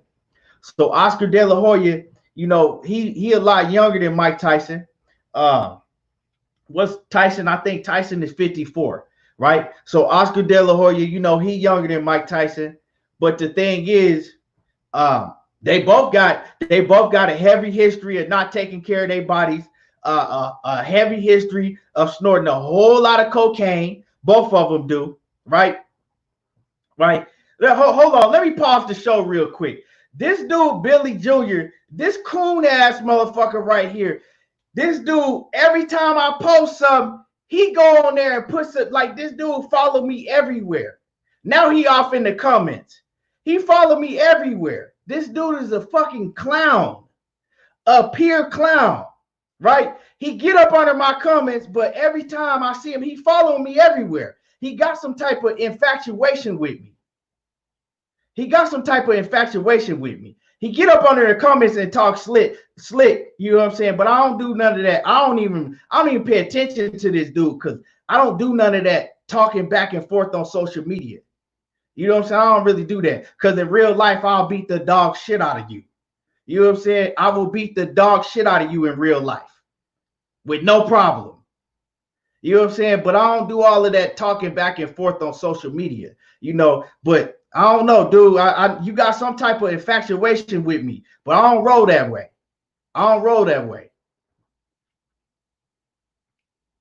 Yeah. But I mean, you know, if we was in real life, I'll give you the attention that you really want. But anyway, moving along. Let me see. But yeah, so moving along, you know, Oscar De La Hoya, this dude is tripping. All right, you know what I'm saying? Because, and I'm gonna tell you why he tripping. Although he said that he want to wait to see what's going on with Mike Tyson, right? What does Mike Tyson got to do with you, right? Mike Tyson, however Mike Tyson looks, should have no effect on how you feel about yourself because you're not Mike Tyson. If Mike Tyson go in there and dominates, you know, in a 3 or 4 round exhibition, that doesn't say nothing for you. You're not Mike Tyson. Y'all not even in the same weight class. if Mike Tyson goes and gets knocked out in the second round, that doesn't mean you're going to go in there and get knocked out. So, I mean, I don't understand why he has to wait, feel that he has to wait to see how Mike Tyson looks. Why is the way that Mike Tyson look going to give you confidence? Y'all are not the same person. But that shit didn't really make no sense to me. But I'm going to tell you why he's crazy. Oscar De La Hoya must have been on some real good cocaine when he was talking about this. Oscar De La Hoya says that if he do decide to come back, he said he coming back at middleweight, and he said he won't smoke with anybody that's at middleweight. He said anybody that want it can get it. Now, think about that. Oscar De La Hoya at 47 years old hasn't fought in 10 plus years, right? Oscar De La Hoya talking about if he comes back, he gonna come back at 160, and he calling out everybody, anybody that want it can get it. That's what Oscar De La Hoya was saying. So just reading that article, when I was reading it, I'm like, yeah, De La Hoya was on some real good cocaine at that point in time. He was on some, yeah, that was that powder. Oscar De La Hoya was on that powder. He was on some of that pure fish scale. You know what I'm saying? Oscar De La Hoya had some of that shit straight from Colombia. Javier Verdejo says he just a hater, bro. Don't even give him the attention. He probably loved you. Like I said, he a weirdo. Dude is a weirdo. Cassandra Mason says, wait, what? Golden Boy talking about making a comeback? Yeah, Cassandra. Yeah, Cassandra. And I'm probably going to do a separate video and talk about this too. But yeah, Golden Boy, you know, the Golden Boy, he talking about making a comeback. But we've heard this before. Do I think that he actually going to come back? No. Because the way that he talking, you could tell that he was on some good powder. Jupiter B says Oscar going to get wrecked. Yeah, Oscar, come on now. Oscar was washed up when he left the sport. So how could he in his head calling out everybody? So when I hear him calling out anybody, I'm thinking of you calling out Charlo, you calling out all of the top dogs at 160, right? Them dudes, you would get killed. You would never shit at 160 when you fought at 160. That wasn't the weight class that you shined in, really. Javier Verdejo says Oscar crazy. He just probably needs inspiration. He wants to see if Tyson can do it. He'll feel like he can. But that doesn't really make no sense. Like, why do you need inspiration from Mike Tyson? Maybe it's because you saw Tyson, or maybe he's looking at it like this. Okay, well, Tyson used to snort cocaine all of the time. Tyson was on a whole bunch of different drugs. I snort cocaine all of the time, still to this day. So if Mike Tyson can do it, I can do it. Maybe that's it. Maybe he thinking because Tyson was a cokehead and he's still a cokehead, maybe that just give him inspiration. Cassandra Mason says, I can't lie. Oscar was one of my favorite all-time fighters, though. Yeah, Oscar was my dude. Oscar was my dude. Like, I fucked with Oscar heavy. It's crazy because I remember a lot of the Mexicans at one point in time, a lot of the Mexican fans, they didn't really accept Oscar De La Hoya for a minute. They wouldn't accept him because I remember back in like the late 90s and you know, they was calling Oscar De La Hoya like he wasn't a real Mexican, and they wouldn't really accept him like that. And I always liked Oscar. Frankie Whaler says Porter lost to Ugas. All right. Jupiter B says Oscar versus Charlo, Andrade, or Triple G is a disaster waiting to happen. He says Oscar has nothing else to prove. He had a great career. Yeah, he don't. I mean, come on now, bro. Like I said, he been retired for what, 10 plus years. He been retired for over 10 years. So, like I said, Oscar once again is thinking about making a big comeback. He says he'll fight at 160. He says that he wants to smoke with everybody at 160 if he do come back. But he says he's gonna wait to see Mike Tyson in the ring before he makes his final decision. He wants to see how Mike Tyson looks before he makes his final decision.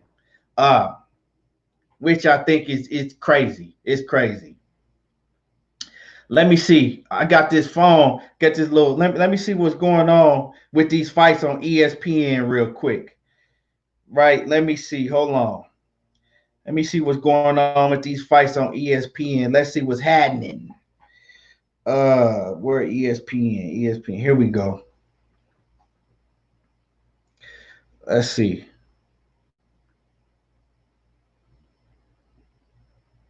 Yeah.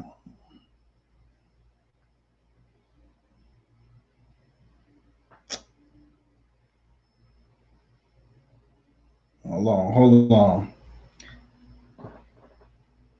Jupiter B said the main event on now. Okay, shit. Maloney. Maloney versus Franco. Jupiter B, how is this fight? Has it been any good? Let me know if this fight been any good. Facts. Let me see. Benny Davis says keep an eye out for Australian twin brother Jason and Andrew Maloney, who are currently in the U.S. He says both fighting this week. Andrew is defending his interim WBA strap today in Vegas. Oh, okay, yeah, the Maloney brothers. Okay, I see one of them fighting right here.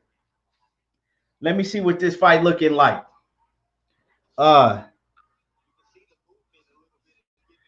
Frank Whaler says Triple G lost to Dervinchenko. Hell yeah, he did. Javier Verdego says, what do I think about Canelo? I think Canelo is arguably the number one pound for pound fighter in the world. I think that he's been ducking guys like Demetrius Andrade and Jamal Charlo. I think he for sure been ducking Jamal Charlo. Ain't no excuse for him ducking Jamal Charlo. But you know, all in all, you got to look at his resume. You got to look at what he's done in the sport, and he's arguably the number one pound for pound fighter. Some people think he is, some people think he's not, but he's up there. He right up there. You know, no matter what you say, he's in the top 3 pound for pound. You know, whether you have him your number 1 or 3, he in there. So, you know, and Canelo, a hell of a fighter. You can't pick nobody at 160 just to walk through Canelo, you know. I think that the only fighters at 160 to have a chance to beat Canelo is Jamal Charlo and Demetrius Andrade. But those are still 50-50 fights. And like I said, hit my like button, right? Subscribe to the channel if you're not watching. If you're watching on Facebook and you're not subscribed to my channel on YouTube, Everything Boxing and Sports, go subscribe to the channel. That way you can get all of the notifications when I come on. And yeah, and like I said, hit my like button and donate to the channel. If you can, donate to the channel and support. The Cash App is scrolling right across the screen. Todd Swindle says Mexicans didn't accept Oscar until he beat Vargas. Yeah, Todd Swindle, you remember that. A lot of Mexican fans, they wouldn't accept Oscar De La Hoya. And I never understood that. I never understood it, you know. They was like, oh, he don't speak Spanish like that and this and that. And I remember he used to get a lot of hate from the Mexican fans. And I was like, why are you hating on him? Because this motherfucker bad. Oscar De La Hoya in his prime was a bad motherfucker for real. Although I think, you know, he got some decisions that he shouldn't have got, you know. But he was still a bad motherfucker in his prime.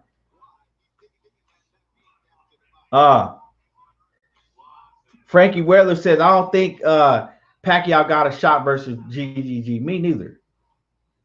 Like I mean, when you have a shot like that, you got to say, okay, well, he got a puncher's chance. Pacquiao don't have no chance or knocking out Triple G. And he's just not going to outbox and be able to do and move around the ring for 12 rounds. You know, Triple G's going to eventually cut off that ring, and it's going to be a bad night. Uh, oh, he says he think Pacquiao does have a shot against Triple G. I gotta disagree, but I misread it the first time. Frankie Whaler says I agree. Canelo been ducking, and the stupid part is he can. He says he can level him of not beat him. I don't know what you mean, but you got. I think you might need to rewrite that. He says he can level of not beat him. I don't know. I don't know what you try to say right there. I think you typed that wrong. Cassandra Mason says Miguel Burchell fight this Saturday. Yeah. Miguel Burchell is a beast, but it's like I don't think he fighting nobody important. Um, Frankie Whaler says Canelo Ward fight. I got Canelo. Canelo and Ward ain't fighting. Like, what you mean? Andre Ward been retired since 2017. That ain't the fight that's gonna happen.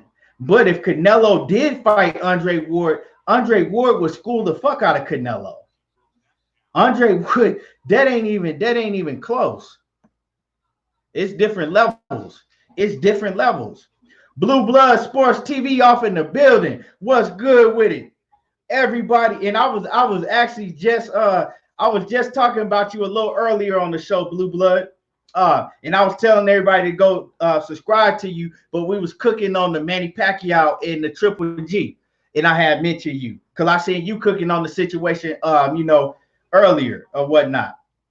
But everybody, make sure if you're not subscribed to Blue Blood, make sure that you subscribe to Blue Blood.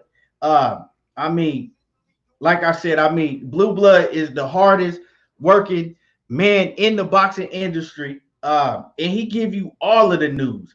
If there's some news out there, Blue Blood gonna give it to you.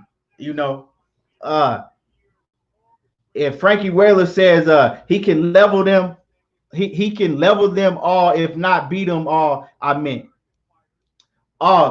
So basically what Frankie is saying is that he don't understand why Canelo is ducking guys like Jamal Charlo and Demetrius Andrade, right? He's saying that he feels that, he's on the same level as Demetrius Andrade and Jamal Charlo, if not above them, and can beat them. Now, I feel what you're saying. Like, but the reason that he's ducking them is because maybe he don't think that he can beat them dudes. Maybe, he don't think he can beat them. You dig what I'm saying? Maybe he don't think that he can beat them guys. Because he been ducking the Charlos since 154. So obviously he don't want that smoke. He got franchised from the WBC just so he wouldn't have to face Charlo. Obviously he don't want that smoke. He right over there with Demetrius Andrade when they was, searching for names. Who is he gonna fight? Is he gonna fight this guy? He was quick to cancel out Demetrius Andrade, talking about, I don't want to fight him. He's boring.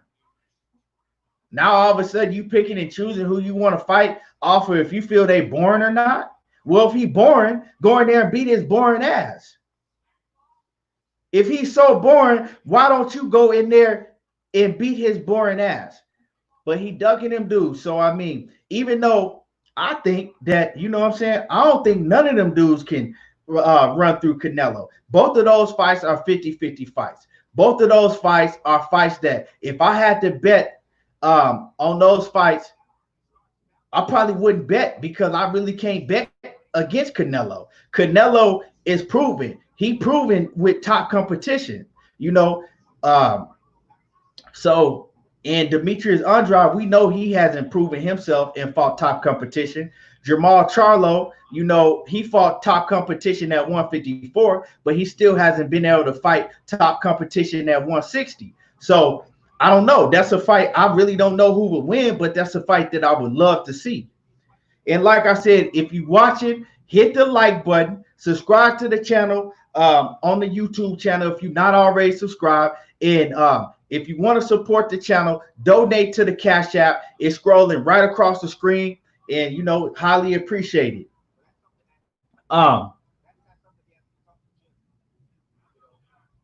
Frankie Whaler says, hell no, Canelo put Cove to sleep, bro.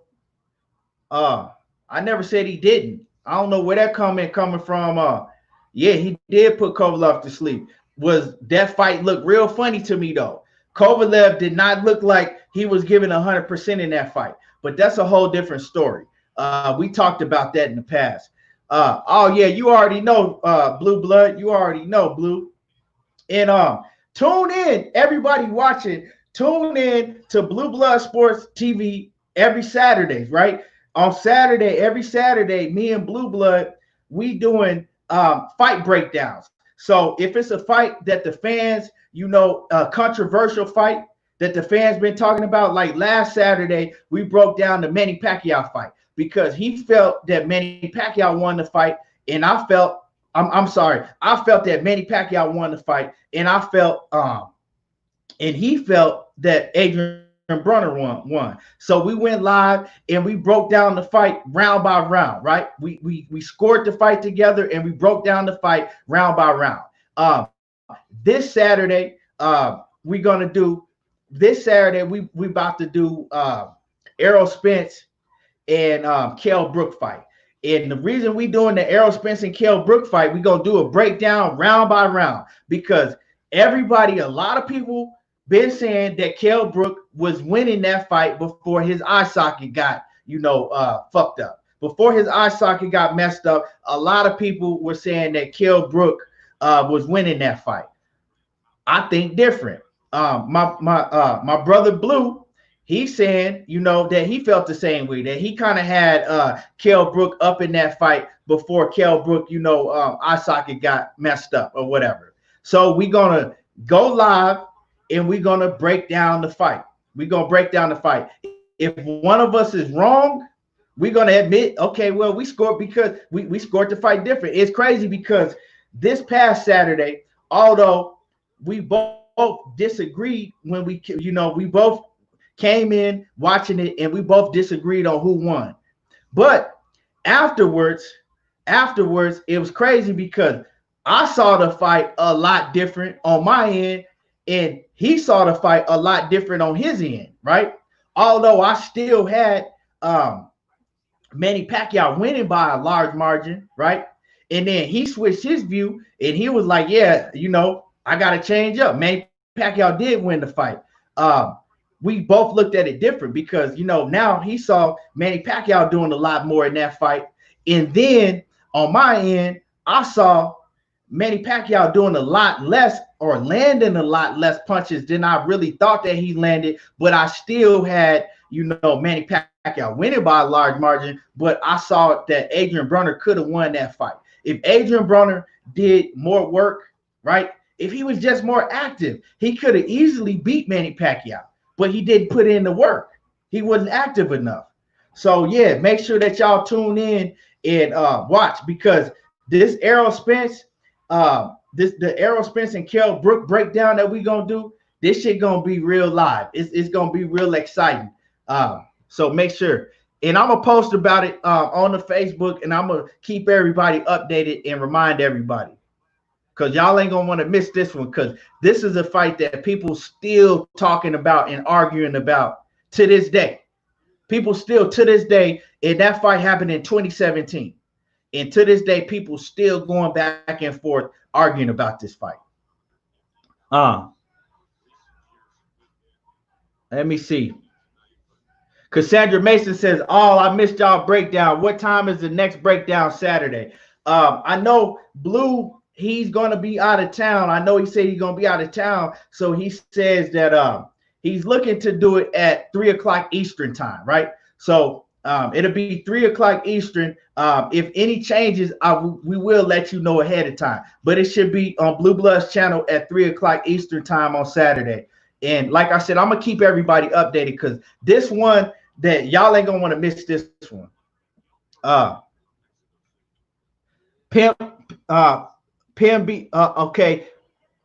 BC says, how can I find you on YouTube? You just go, the name is on the screen right there. So if you're looking at the name, just type in everything boxing, the and sign and sports. It's right there. Just type that in YouTube. subscribe to the channel, and then make sure you hit that bell icon. That way you'll get the notification when I come on.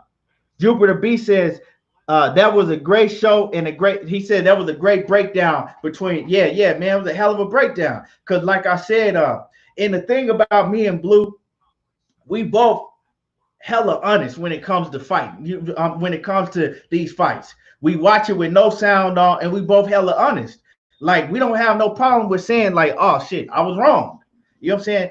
And that's what you got to do when you come in the fight. You got to take all the bias that you have away.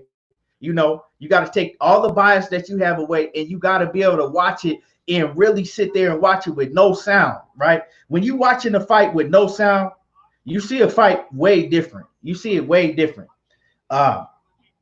So yeah, and we explain, and we not only break it down, we explain, okay, I gave this round to Manny Pacquiao because he did this, and that. I gave this round to Adrian Broner because he did this, and that. So I'm excited. Like I said, I'm excited about this, about the breakdown that me and Blue gonna do with Errol Spence and Kell Brook, because it's a fight that's been argued about for a long time, but nobody is really been able to sit there and break it down and tell you, okay, this is what Kell Brook was doing, in this round. Why I think that he beat Errol Spence in this round, or vice versa. So we gonna do that for y'all. Jupiter B says, so Spence versus Brook this Saturday. He says, I nominate Spence versus Porter next for you guys breakdown. Hey, I don't got no problem with that. Blue, you got a problem with that after Spence versus Porter next weekend? I mean, after Spence versus Brook the next weekend. I don't have no problem with doing Spence versus Porter, because that's another fight that is a highly controversial fight that people argue back and forth about. That's another fight. I don't have no problem with doing that. But yeah, it's a lot of fights, in the upcoming weeks and months or whatever that we're going to be breaking down. We're going to try to make this a normal routine for the Saturday.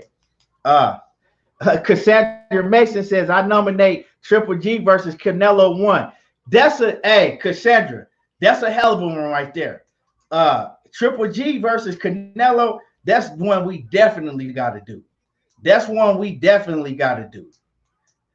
Hey, yeah, I'm gonna take that down. That's one we definitely got to do, Cassandra. Good call on that one. That Triple G versus Canelo #1.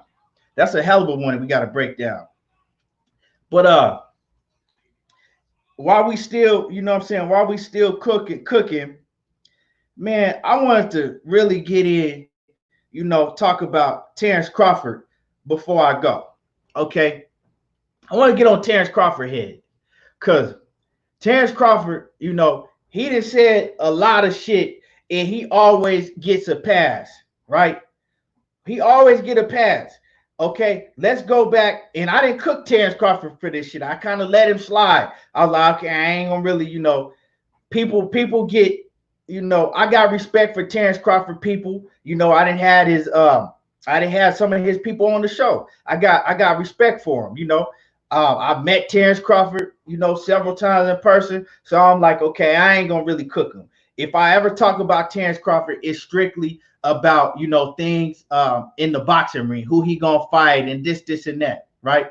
Okay, Blue Blood said he want to do Wilder versus Fury 1. Let's do that one. That's another hell of a one. It's so many fights out there that, that's controversial that we gonna be breaking down for y'all.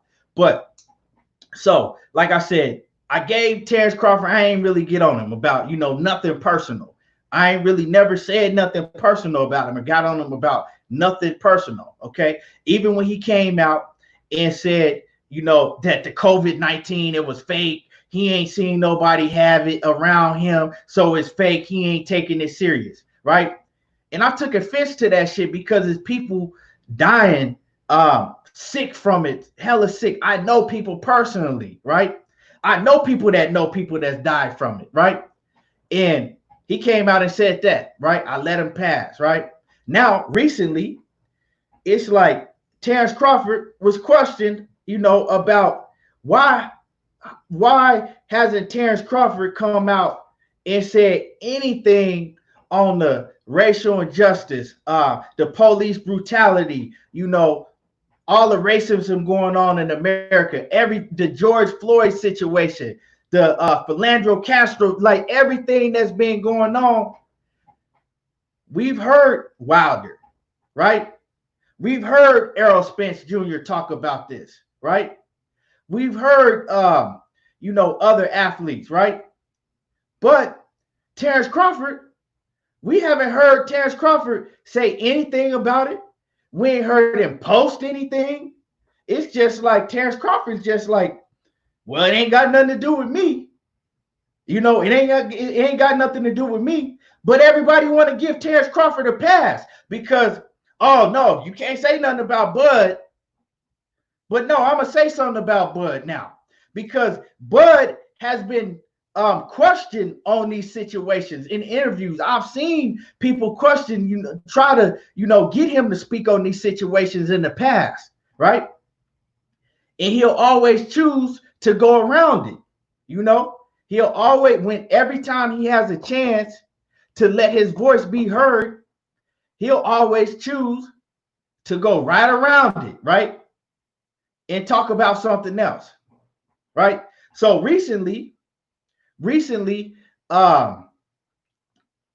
asked, I guess Bud Crawford's trainer, Bomac, he was talking, and the subject came up, and Bomac said something like, Bud different, like Bud different. Okay, so why is Bud different? Like I don't understand what that means, and I could take that a whole bunch of different ways, right? I could take that a whole bunch of different ways. You saying, oh, well, Bud is different. What's different? Like, does Bud not have to, he don't have to use his voice? Is he past that? Is he beyond that? Is he up here and everybody else is down here? Like, what do you mean Bud is different? James Dominguez, what's good with it? Hey, we all waiting. We all waiting for that punchline with Kelly Pavlik and James Dominguez.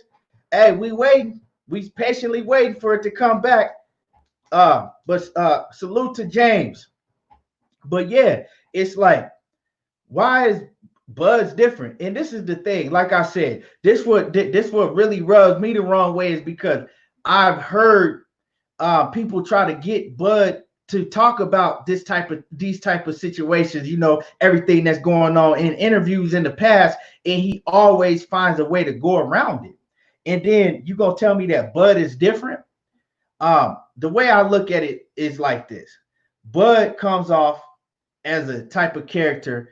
I mean, and the reason I say this is because with the COVID-19 situation, you could see he came off like, oh, well, it ain't real. Like, I don't really care about this shit. It ain't affecting me or nobody around me.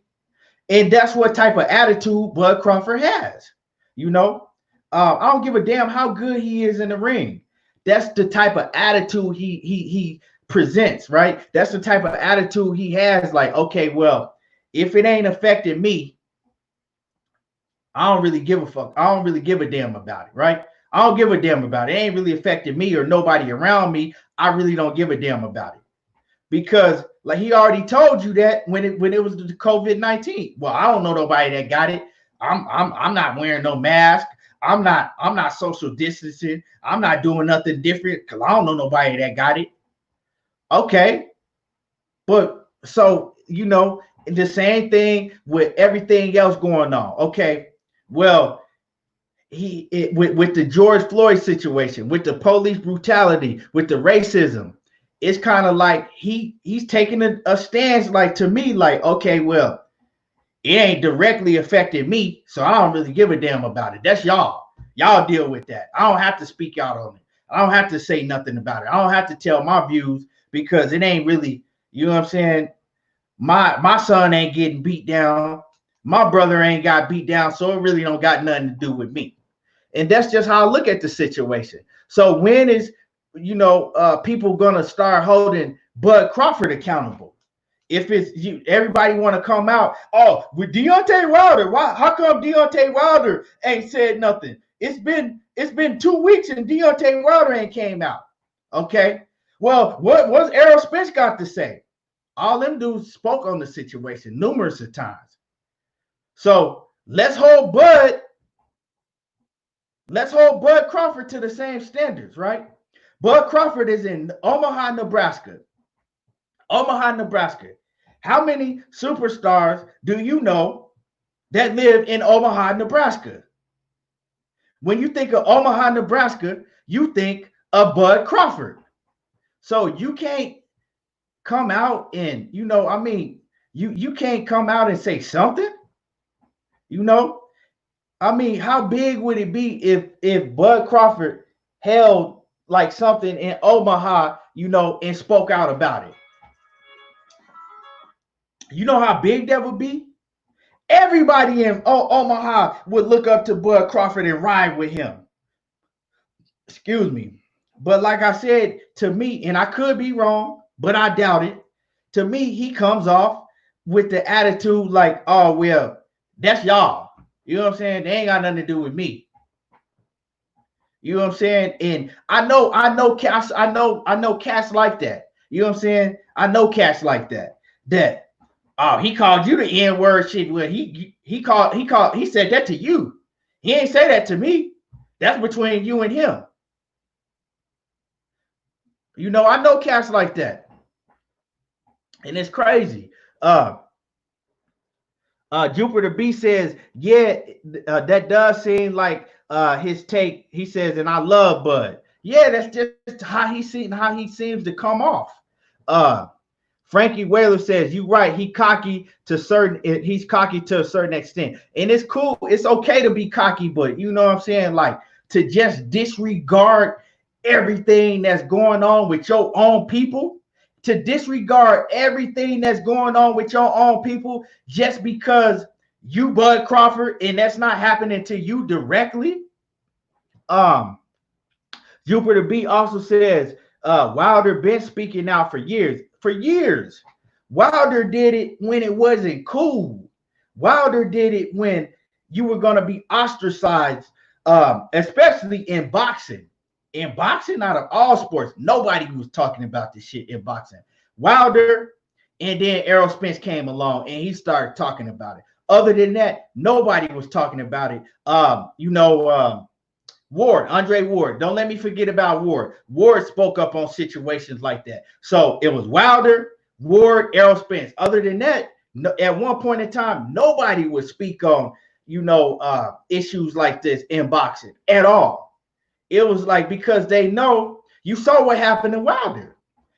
If you think that Wilder is solely hated just because people, oh, well, he doesn't have boxing skills.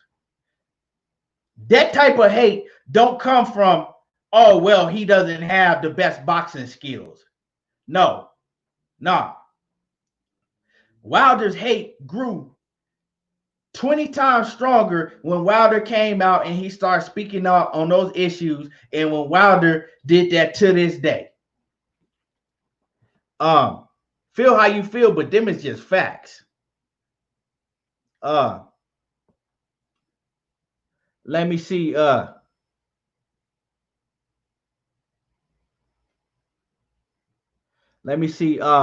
Verdego says, I wish all these A+ fighters would fight each other. All this political shit making boxing whack. No, it's not making boxing whack. See, this is the thing about it, right? A lot of people don't like to hear about this shit, right? Because this is something that's been in boxing, right? That's been affecting boxing from the very beginning of times. And it's still affecting boxing. Now, just because you don't talk about something and you throw it under the table and hide it, don't mean it's not there, right? It doesn't mean that it doesn't exist. Just because you think that it's affecting boxing, it's not affecting nothing. You might not want to hear about this shit. It might be affecting you because you don't want to hear about it. But how is change going to happen if you continue to hide it, right? If you continue to hide it, how is change going to happen, right? If you don't admit that you have a problem, how are you going to change? You see? If Colin Kaepernick had never did what he did, all of the things that's taking place after that, it would have never took place. But he was the only one that had the nuts to do what he did. And you see what happened to him. Because people don't want to hear about that shit. They much rather, hide it and not talk about it. The first thing a racist will say to you if you bring up any issue of racism, right, is what's the first thing he's race baiting. He's like, get him out of here. He's race baiting. So what the fuck is race baiting? Does that mean that you just bringing up some shit that doesn't exist anymore? It ain't no such thing as race baiting. Boxing Vortex, yeah, man. I'm gonna go back and watch it on my app because they got the replay on the app, so I'm gonna just go watch it. Let me see. Jupiter B says this is one of the reasons they hate Wilder is because yeah, he spoke out before it was popular. Now everybody, they got PR people coming out telling them, okay, well, put this message out, and say that you with the Black Lives Movement. Put this message out, because it's popular. But people tend to forget that Wilder was in boxing, out alone talking about it. Kaepernick was down there on that football field, by himself. Had a few people backing him up, but didn't nobody else want to back him up because they were scared, right? None of them dudes was speaking out, talking about none of this shit before, right? LeBron James is another one that's always spoke out on these issues, right? After LeBron started speaking out, LeBron ain't never been more hated. Remember, shut up and dribble. Just shut up and dribble, right? Because they don't want to hear about that shit. They don't want to hear about what's real. When you talk about some shit like this, people start leaving. You know what I'm saying? They don't want to hear about that shit. But like I said, in order for change to happen, you got to, you have to realize and recognize and accept that there is a problem. And boxing is one of the most racist sports out there. You know what I'm saying? Because basketball, football, you got a whole team. You know what I'm saying? So if you're a racist, you could be like, well, I like the Lakers. I've been a Lakers fan. I like the Lakers. I don't see color. But when you got a black man standing in the ring against a Mexican or a white man or whatever it may be, right? You have people that's going to go for that person just because they don't like the color of the opposite person's skin, right? And they going to root for, they might not even know who neither one of them are, right? I mean, come on, we all know this shit. We all know it. But just because we don't talk about it or want to hide it under the rug, hide it, don't mean that it doesn't happen, that it's not a problem. I've had people tell me like, oh, racism doesn't exist in boxing. Okay, so racism exists all around the world, but in boxing, it just, for some reason, it don't exist in boxing. And boxing is non-existent. Come on now. Make that shit make sense. Boxing Vortex says, Jupiter B, that's why I ride with Wilder, because he loves his people regardless of what the world say. Real facts. Let me see. Let me see what else y'all talking about. Frankie Whaler says, celebrity athletes for the most past part don't give a fuck about nothing but their careers.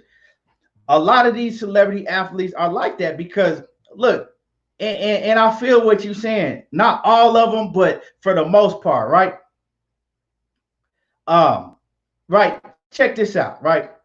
If all of these black, right? And I'm saying black because that's the majority of the athletes that are in football and in basketball. Okay, let's just use the NBA for example. If all of these NBA players were like, you know what? We're going to all come together and we're going to demand this, and that, or we not playing. We'll go form our own league. Do you think that these owners would have a fucking chance? No. Because if you take all of the black athletes out, ain't nobody finna tune in and watch no NBA or no NFL. Let's just keep it 100. Let's keep it real. Especially in the NBA. Come on now. Nobody's gonna tune in and watch that shit. But the thing is you got too many scary. They too scared. They too scared to band together, and all they give a fuck about at the end of the day is their dollar. But they don't realize that dollar could be, you know what I'm saying? They wouldn't even lose no money if they all band together. They probably would make more and just do big, huge things if they band together, but they scared. A lot of them scared, and then the other ones just don't give a damn, like you said. And that's just what it is. Jupiter B says, right. Someone, he says, how is boxing exempt? Yeah, exactly. They'll tell you that in a minute. But it's like, I don't like, so this is how I feel about the situation. I don't expect every non-black athlete to come out and speak on this situation, because just like Ryan Garcia said, Ryan Garcia was like, well, I had to get educated on the situation more. And then once I got educated on the situation, I went and I, started donating to certain, things that support Black Lives Matter and support this and that, right? So I don't expect every black athlete to speak out, because some not gonna give a fuck because they never been affected. They don't understand, right? And some are not educated enough on the situation to really speak out about it. But if you're a black athlete, and especially if you're a high profile athlete like Terrence Crawford is, you can use your platform, say something. And for your manager to come out and say, oh, well, Terrence Crawford's different. Like, what you talking about? Like, he's different. Like, oh, he's above that. You know what I'm saying? That's what it sounded like. Oh, he's above that. He don't have to do that. And so at this point, right, if Terrence Crawford did come out and say some shit, I wouldn't even feel it. I wouldn't even want to hear him come out and say, like, if he did come out, me at this point in time, I wouldn't think it was genuine, because now it's like, okay, now you came out when we getting on your helmet about it. Now it's like somebody got to push you to say something, and it shouldn't have to be all of that. You know what I'm saying? You either gonna care or you not. So from now on, I mean, from here on, like, if you ain't real about it, if you don't care about it, just stay quiet, right? But like Blue Blood was saying earlier, when I was hearing Blue Blood cook about this, I agreed with this shit. It was something that he said that I really agreed with him. Don't expect us to still ride with you and support you. You know what I'm saying?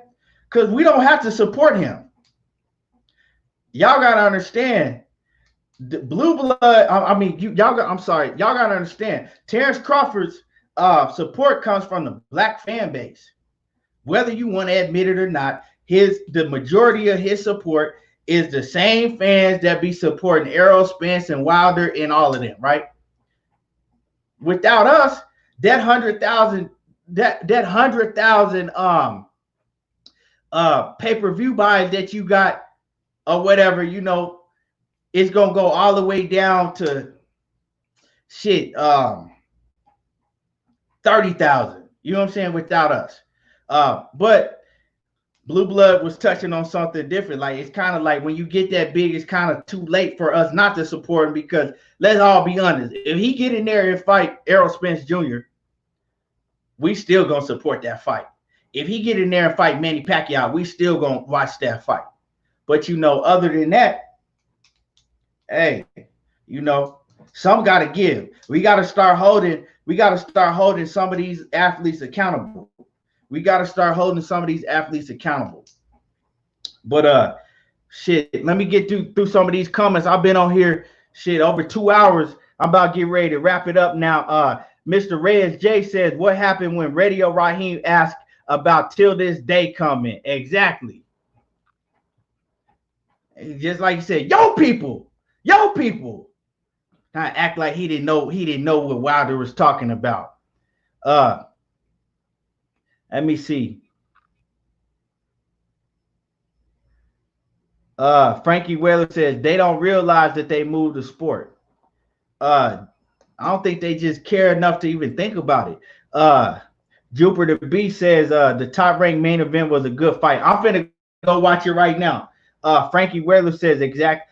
Cassandra Mason says, and man, Cassandra said you gotta come on. See, Cassandra, we in here chopping it, man. We in here cooking, and you gotta come on here and ruin it for me. But I'ma still watch it. Cassandra.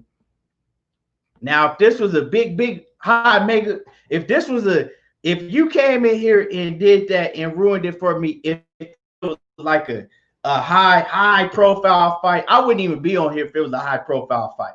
But hypothetically, if you came in here and did, man, I'd probably tear up my computer. I'd be so salty, but I'm gonna still go watch it because I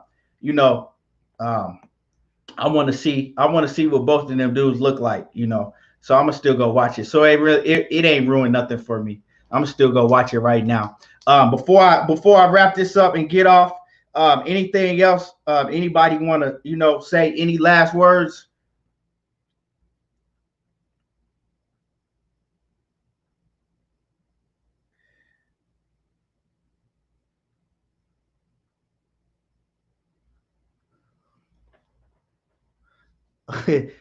No, it's all good, Cassandra. You already know it's all good. I ain't tripping. Like I said, it's I want to watch that fight for a different reason. I just want to see if these up and coming fighters is anything. I want to see what they talking about.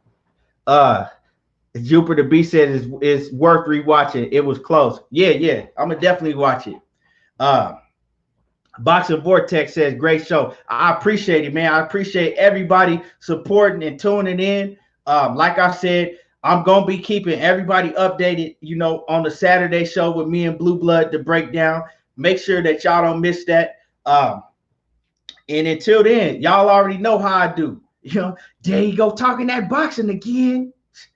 I don't watch reality TV. I watch boxing. And I appreciate everybody for tuning in.